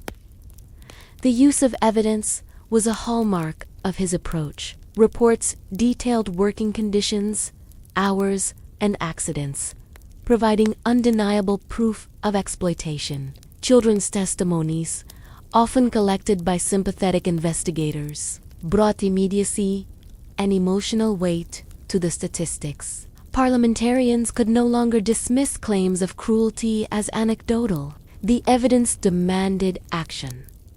Shaftesbury's efforts highlighted the intersection of poverty, labor, and morality. He argued that society had an obligation to protect its youngest and most vulnerable members, challenging prevailing assumptions that children's labor was a necessary evil. His advocacy reframed industrial development as a moral enterprise, one that could not disregard the human cost without undermining social cohesion and justice. International attention followed the plight of British child laborers and the legislative reforms, spearheaded by figures like Shaftesbury, inspired debates and movements abroad. Reformers in America, Europe, and beyond looked to these early efforts as models for balancing industrial growth with human dignity, demonstrating that moral leadership could transcend national boundaries. Resistance, however, never fully disappeared. Enforcement of laws remained inconsistent, and many children continued to labor in hazardous conditions. Shaftesbury understood that legislation was only part of the solution. Cultural attitudes, economic pressures, and community support were equally critical. Reform required ongoing vigilance, advocacy, and adaptation. Despite challenges, Shaftesbury's legacy endured. Subsequent laws built upon his work, progressively expanding protections, regulating hours, and establishing oversight mechanisms. Child labor, while not eliminated, became increasingly constrained, and the notion that society bore responsibility for childhood welfare gained legitimacy. Stories from factories and mines shifted in tone as reforms took hold. Children who had once labored for endless hours under oppressive conditions began to experience partial relief. Shorter workdays, regulated breaks, and access to basic education. The landscape of childhood, while still harsh, slowly changed, demonstrating that persistent advocacy could reshape societal norms. Shaftesbury's vision extended beyond immediate protection. He imagined a society where children could develop physically, mentally, and emotionally, free from the constant threat of exploitation. He linked childhood welfare to broader social stability, arguing that a generation of healthy, educated children was essential for a prosperous and moral nation. His personal commitment was extraordinary. He traveled extensively, met with factory owners, attended parliamentary sessions, and engaged directly with children and families affected by industrial labor. This hands-on approach lent credibility to his arguments and reinforced his moral authority, demonstrating that leadership required both empathy and action. The fight for change illustrated the tension between industrial progress and human welfare. Victorian Britain was rapidly transforming, and the machinery of production often ignored human cost. Shaftesbury's campaigns highlighted that progress need not come at the expense of innocence, health, or morality, framing reform as both ethical and pragmatic. Reform movements drew strength from public outrage. As newspapers and pamphlets circulated, ordinary citizens began to understand the conditions children endured. Pressure from the populace, combined with Shaftesbury's political advocacy, created a climate in which continued exploitation became increasingly untenable. Social consciousness was awakened, linking the morality of childhood protection with the legitimacy of industrial growth. By the time of his later campaigns, Lord Shaftesbury had established a blueprint for social reform. Meticulous documentation, moral persuasion, coalition building, and persistent advocacy proved effective tools against entrenched economic interests. His work demonstrated that individual dedication could influence legislative structures, cultural attitudes, and ultimately, the lives of countless children. The story of Lord Shaftesbury and his fight for change is one of vision, courage, and moral conviction. He challenged societal norms, confronted economic resistance, and brought the hidden suffering of children into public awareness. Through persistence and strategy, he helped initiate reforms that reshaped the landscape of childhood, proving that advocacy, evidence, and moral clarity could drive meaningful social transformation. Even today, the echoes of his work are evident in child protection laws, education rights, and labor regulations worldwide. His legacy reminds us that the defense of the vulnerable often requires unwavering commitment, public awareness, and the courage to confront entrenched systems that exploit those without voice. The legacy in America, the influence of Victorian child labor reforms did not remain confined to Britain. Across the Atlantic, America's rapidly industrializing cities faced similar challenges. Factories, mines, and sweatshops employed children under grueling conditions, their labor fueling the engines of economic expansion. The lessons learned in Britain, along with the legislative and moral campaigns led by reformers like Lord Shaftesbury, offered both a cautionary tale and a blueprint for advocacy in the New World. American industrialists were quick to recognize the economic utility of child labor. Small hands, nimble and obedient, could operate machinery in tight spaces, work long hours for minimal pay, and adapt to the harsh demands of burgeoning factories. Immigrant families, often arriving with little financial security, saw their children's labor as essential to survival, like their British counterparts. These children were caught between the imperatives of family survival and personal development.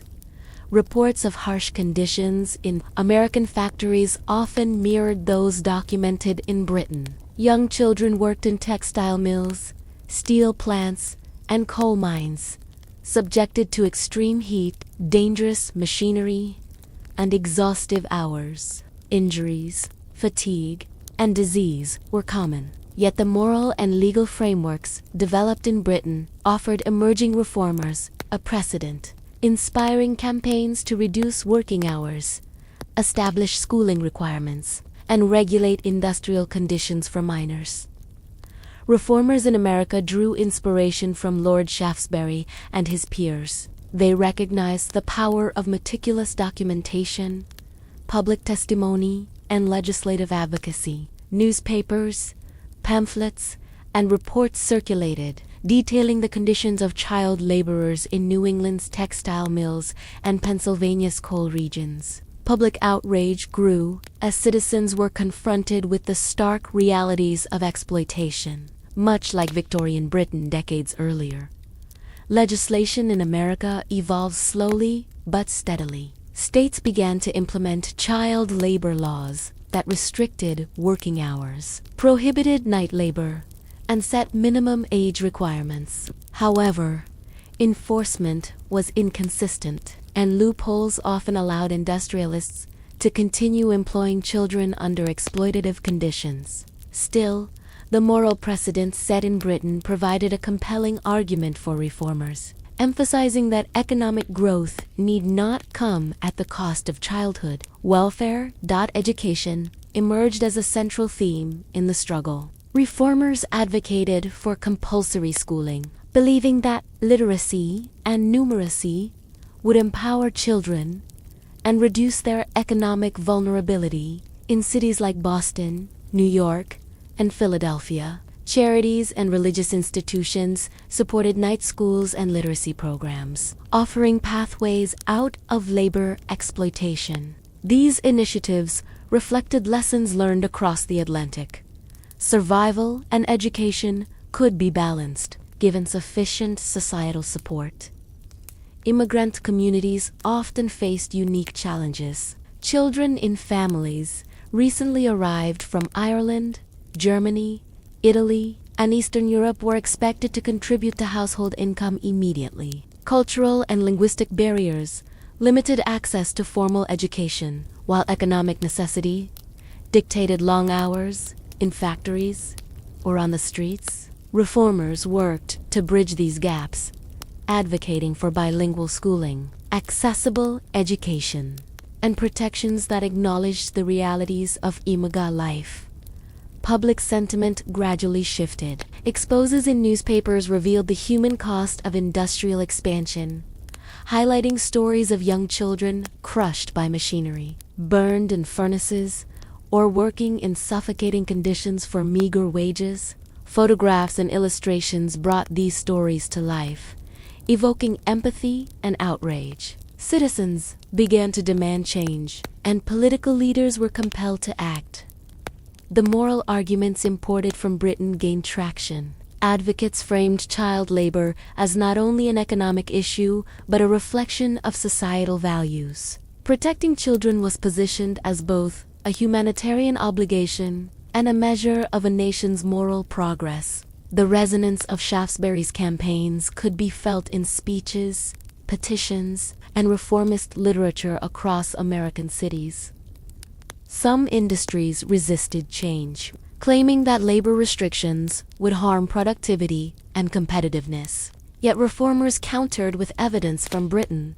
Laws that protected children did not cripple industry, but instead promoted healthier, more capable, and eventually more skilled workers. The precedent demonstrated that ethical labor practices could coexist with economic growth.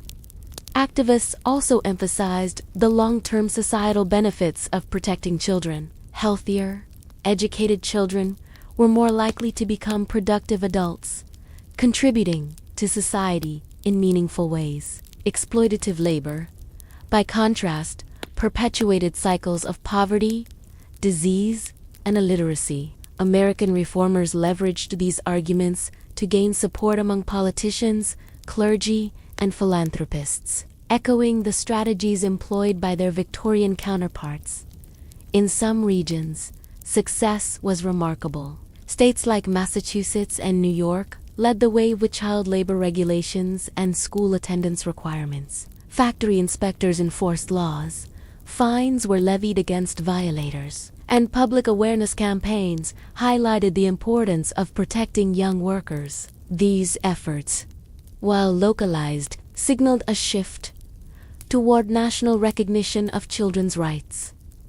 Stories of escape and resistance, common in Britain, found parallels in America. Children fled abusive workplaces, sought refuge with family or charitable organizations, and sometimes testified before reform committees. Their voices, once marginalized, became central to advocacy, illustrating the shared human desire for freedom and dignity, regardless of geography.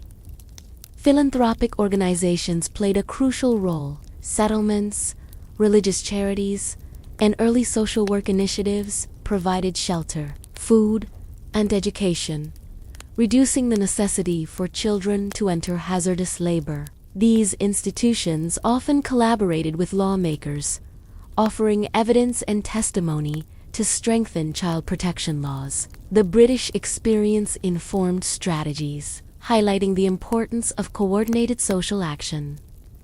Labor unions also began to address child labor. While unions primarily focused on adult workers' rights, they recognized that protecting children was essential for broader social justice. Campaigns for shorter work days, safer conditions, and education for children became intertwined with the fight for workers' rights, reflecting lessons from British advocacy that societal welfare and economic productivity are deeply connected.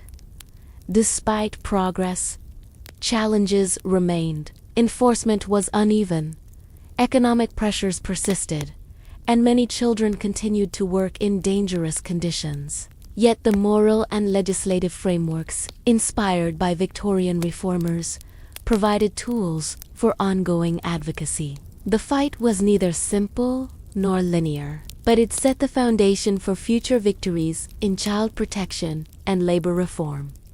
Cultural narratives also evolved. Children were increasingly seen as individuals with rights and potential, rather than merely economic assets. Literature, newspapers, and public speeches emphasized childhood as a distinct, protected stage of life. These shifts echoed the Victorian discourse, showing how ideas could cross oceans, adapting to new contexts, while retaining core principles. Immigrant children's experiences further underscored the importance of comprehensive reform. Their labor supported families and industries, yet exploitation threatened their development and well-being. Policies inspired by British precedents offered models to balance economic necessity with ethical responsibility, demonstrating that societal progress requires investment in the youngest generation. The legacy in America was thus multifaceted. Legal frameworks, public awareness, and institutional support gradually curtailed the worst abuses of child labor, while progress was incremental and uneven. The influence of Victorian reforms provided a foundation for sustained advocacy and policy development. Children's labor became regulated, education prioritized, and societal expectations shifted, reflecting the enduring impact of earlier campaigns. Reformers recognized that protection of children was not only a moral imperative, but an investment in the nation's future. Health, education, and welfare became intertwined with the industrial economy, shaping a vision in which childhood could coexist with national prosperity. The lessons of Britain informed this vision, demonstrating the value of sustained advocacy, moral clarity, and strategic action. By the turn of the 20th century, American child labor laws had begun to take more robust form.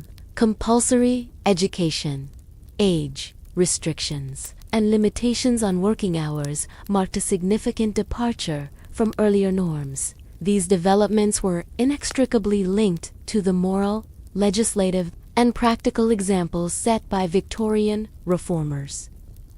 The story of the legacy in America underscores the transatlantic impact of advocacy and reform. Ideas, strategies, and moral imperatives traveled across oceans, shaping policies and cultural attitudes. The plight of child laborers became a shared concern, bridging continents and generations, and laying the groundwork for contemporary standards of child welfare and education. Each victory in America echoed the earlier struggle in Britain. Protecting children required courage, evidence, and persistent advocacy. The moral clarity championed by figures like Lord Shaftesbury provided a template for reform, emphasizing that industrial growth must not come at the cost of innocence, health, or education. The cost of progress. A final reflection as the smoke of factories mingled with the morning fog over Victorian cities. The cost of progress was etched into the faces and bodies of the children, who labored tirelessly beneath the weight of industrial ambition. These children, often no older than 10 or 12, bore scars that would last a lifetime, scars, not only of flesh, but of opportunity, innocence, and dreams deferred. The world of Victorian Britain, and later industrializing America, was built upon their shoulders, their small hands weaving the fabric of modern society while their own futures remained uncertain. Progress, by its very nature, demands labor, innovation, and sacrifice. Yet the question remains, at what cost? For millions of children, the cost was their childhood, their health, and in many cases, their very lives. Coal dust blackened lungs before adolescence. Chemical fumes ate away at teeth and jawbones, and relentless machinery maimed tiny bodies, leaving lifelong reminders of the work they endured. The physical dangers were compounded by emotional, a constant fear, exhaustion, and deprivation that defined each day. Yet amid these grim realities, a profound paradox emerged. The very societies that extracted such labor also cultivated the mechanisms of reform and protection. Lord Shaftesbury's tireless campaigns, the exposure of factory horrors, and the gradual implementation of labor laws demonstrated that progress was not a singular, unchallenged force. It was a negotiation between profit and morality, innovation and empathy. The struggle to protect children revealed a society capable of reflection, conscience, and change. In America, the lessons from Britain resonated deeply. Industrialists relied on child labor in textile mills, steel factories, and coal mines.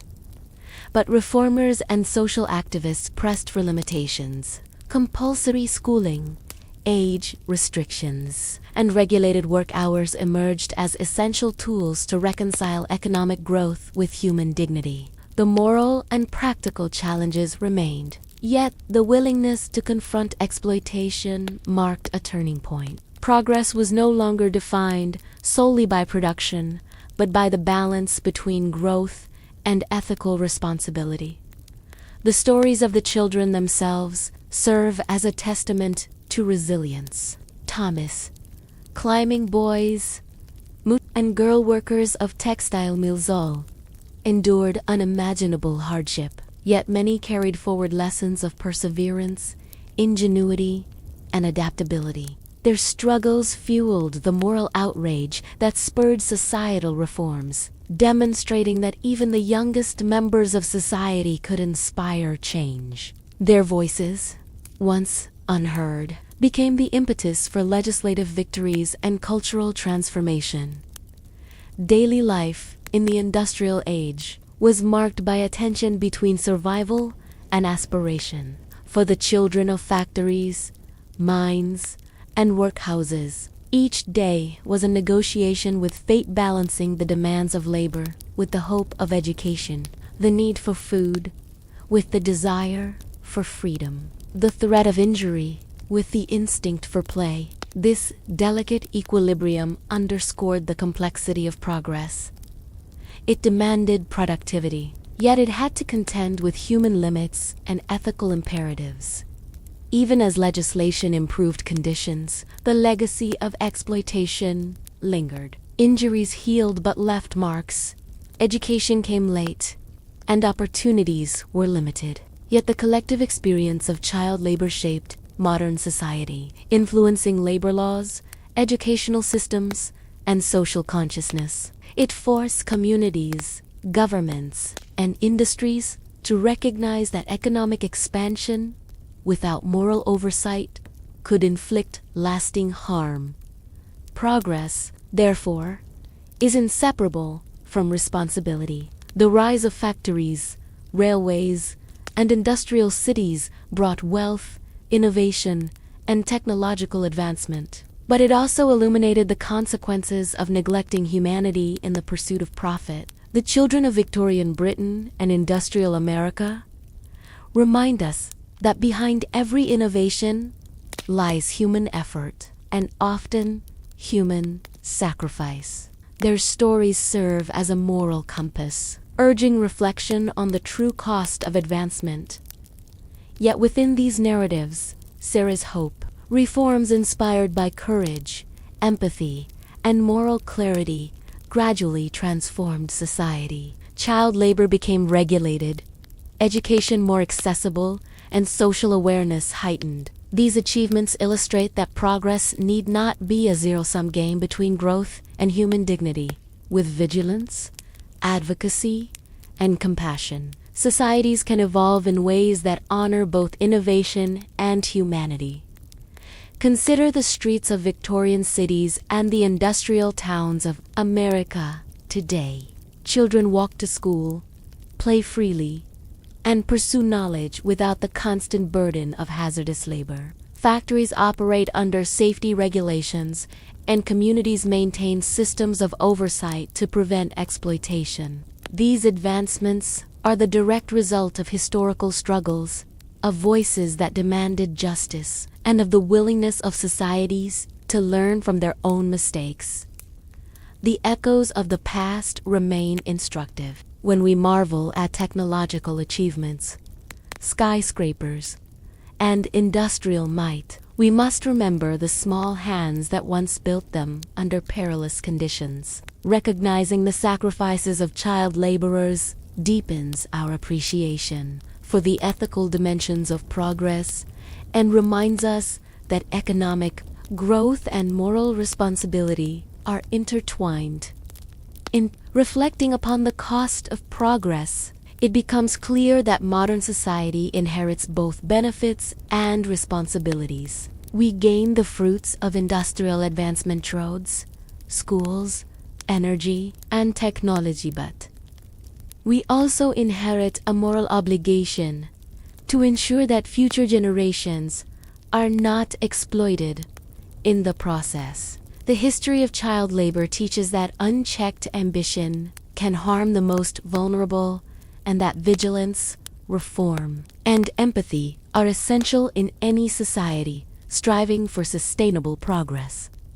Ultimately, the story of Victorian and American child labor is both a cautionary tale and a tribute. It cautions us about the dangers of valuing production over people, and it honors the courage, endurance, and ingenuity of the children who persevered under unimaginable circumstances. Their legacy is evident in the legal protections, educational opportunities, and social consciousness that define contemporary life.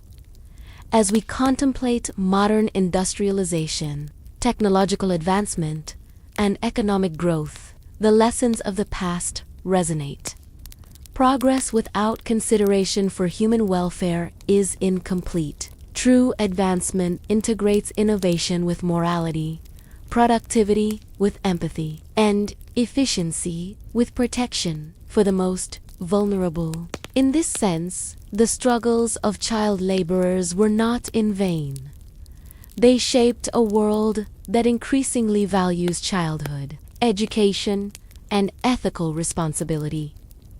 The cost of progress, measured in scars, lost childhoods, and suffering, reminds us that behind every achievement lies human effort. But it also teaches that society has the capacity to recognize injustice, advocate for reform, and honor those who labored unseen. By reflecting on these histories, we ensure that the sacrifices of the past continue to inform our present and guide our future.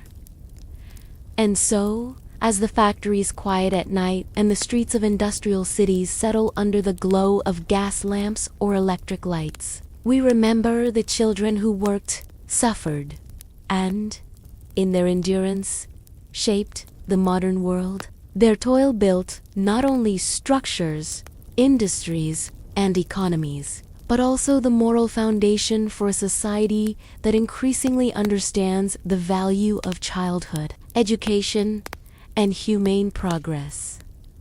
Progress, then, is not merely measured in output or innovation, but in the lives it preserves, nurtures, and respects. The children of the past, once shadows in the factories and alleys, become enduring symbols of resilience, courage, and the enduring human capacity to demand dignity even in the harshest of circumstances.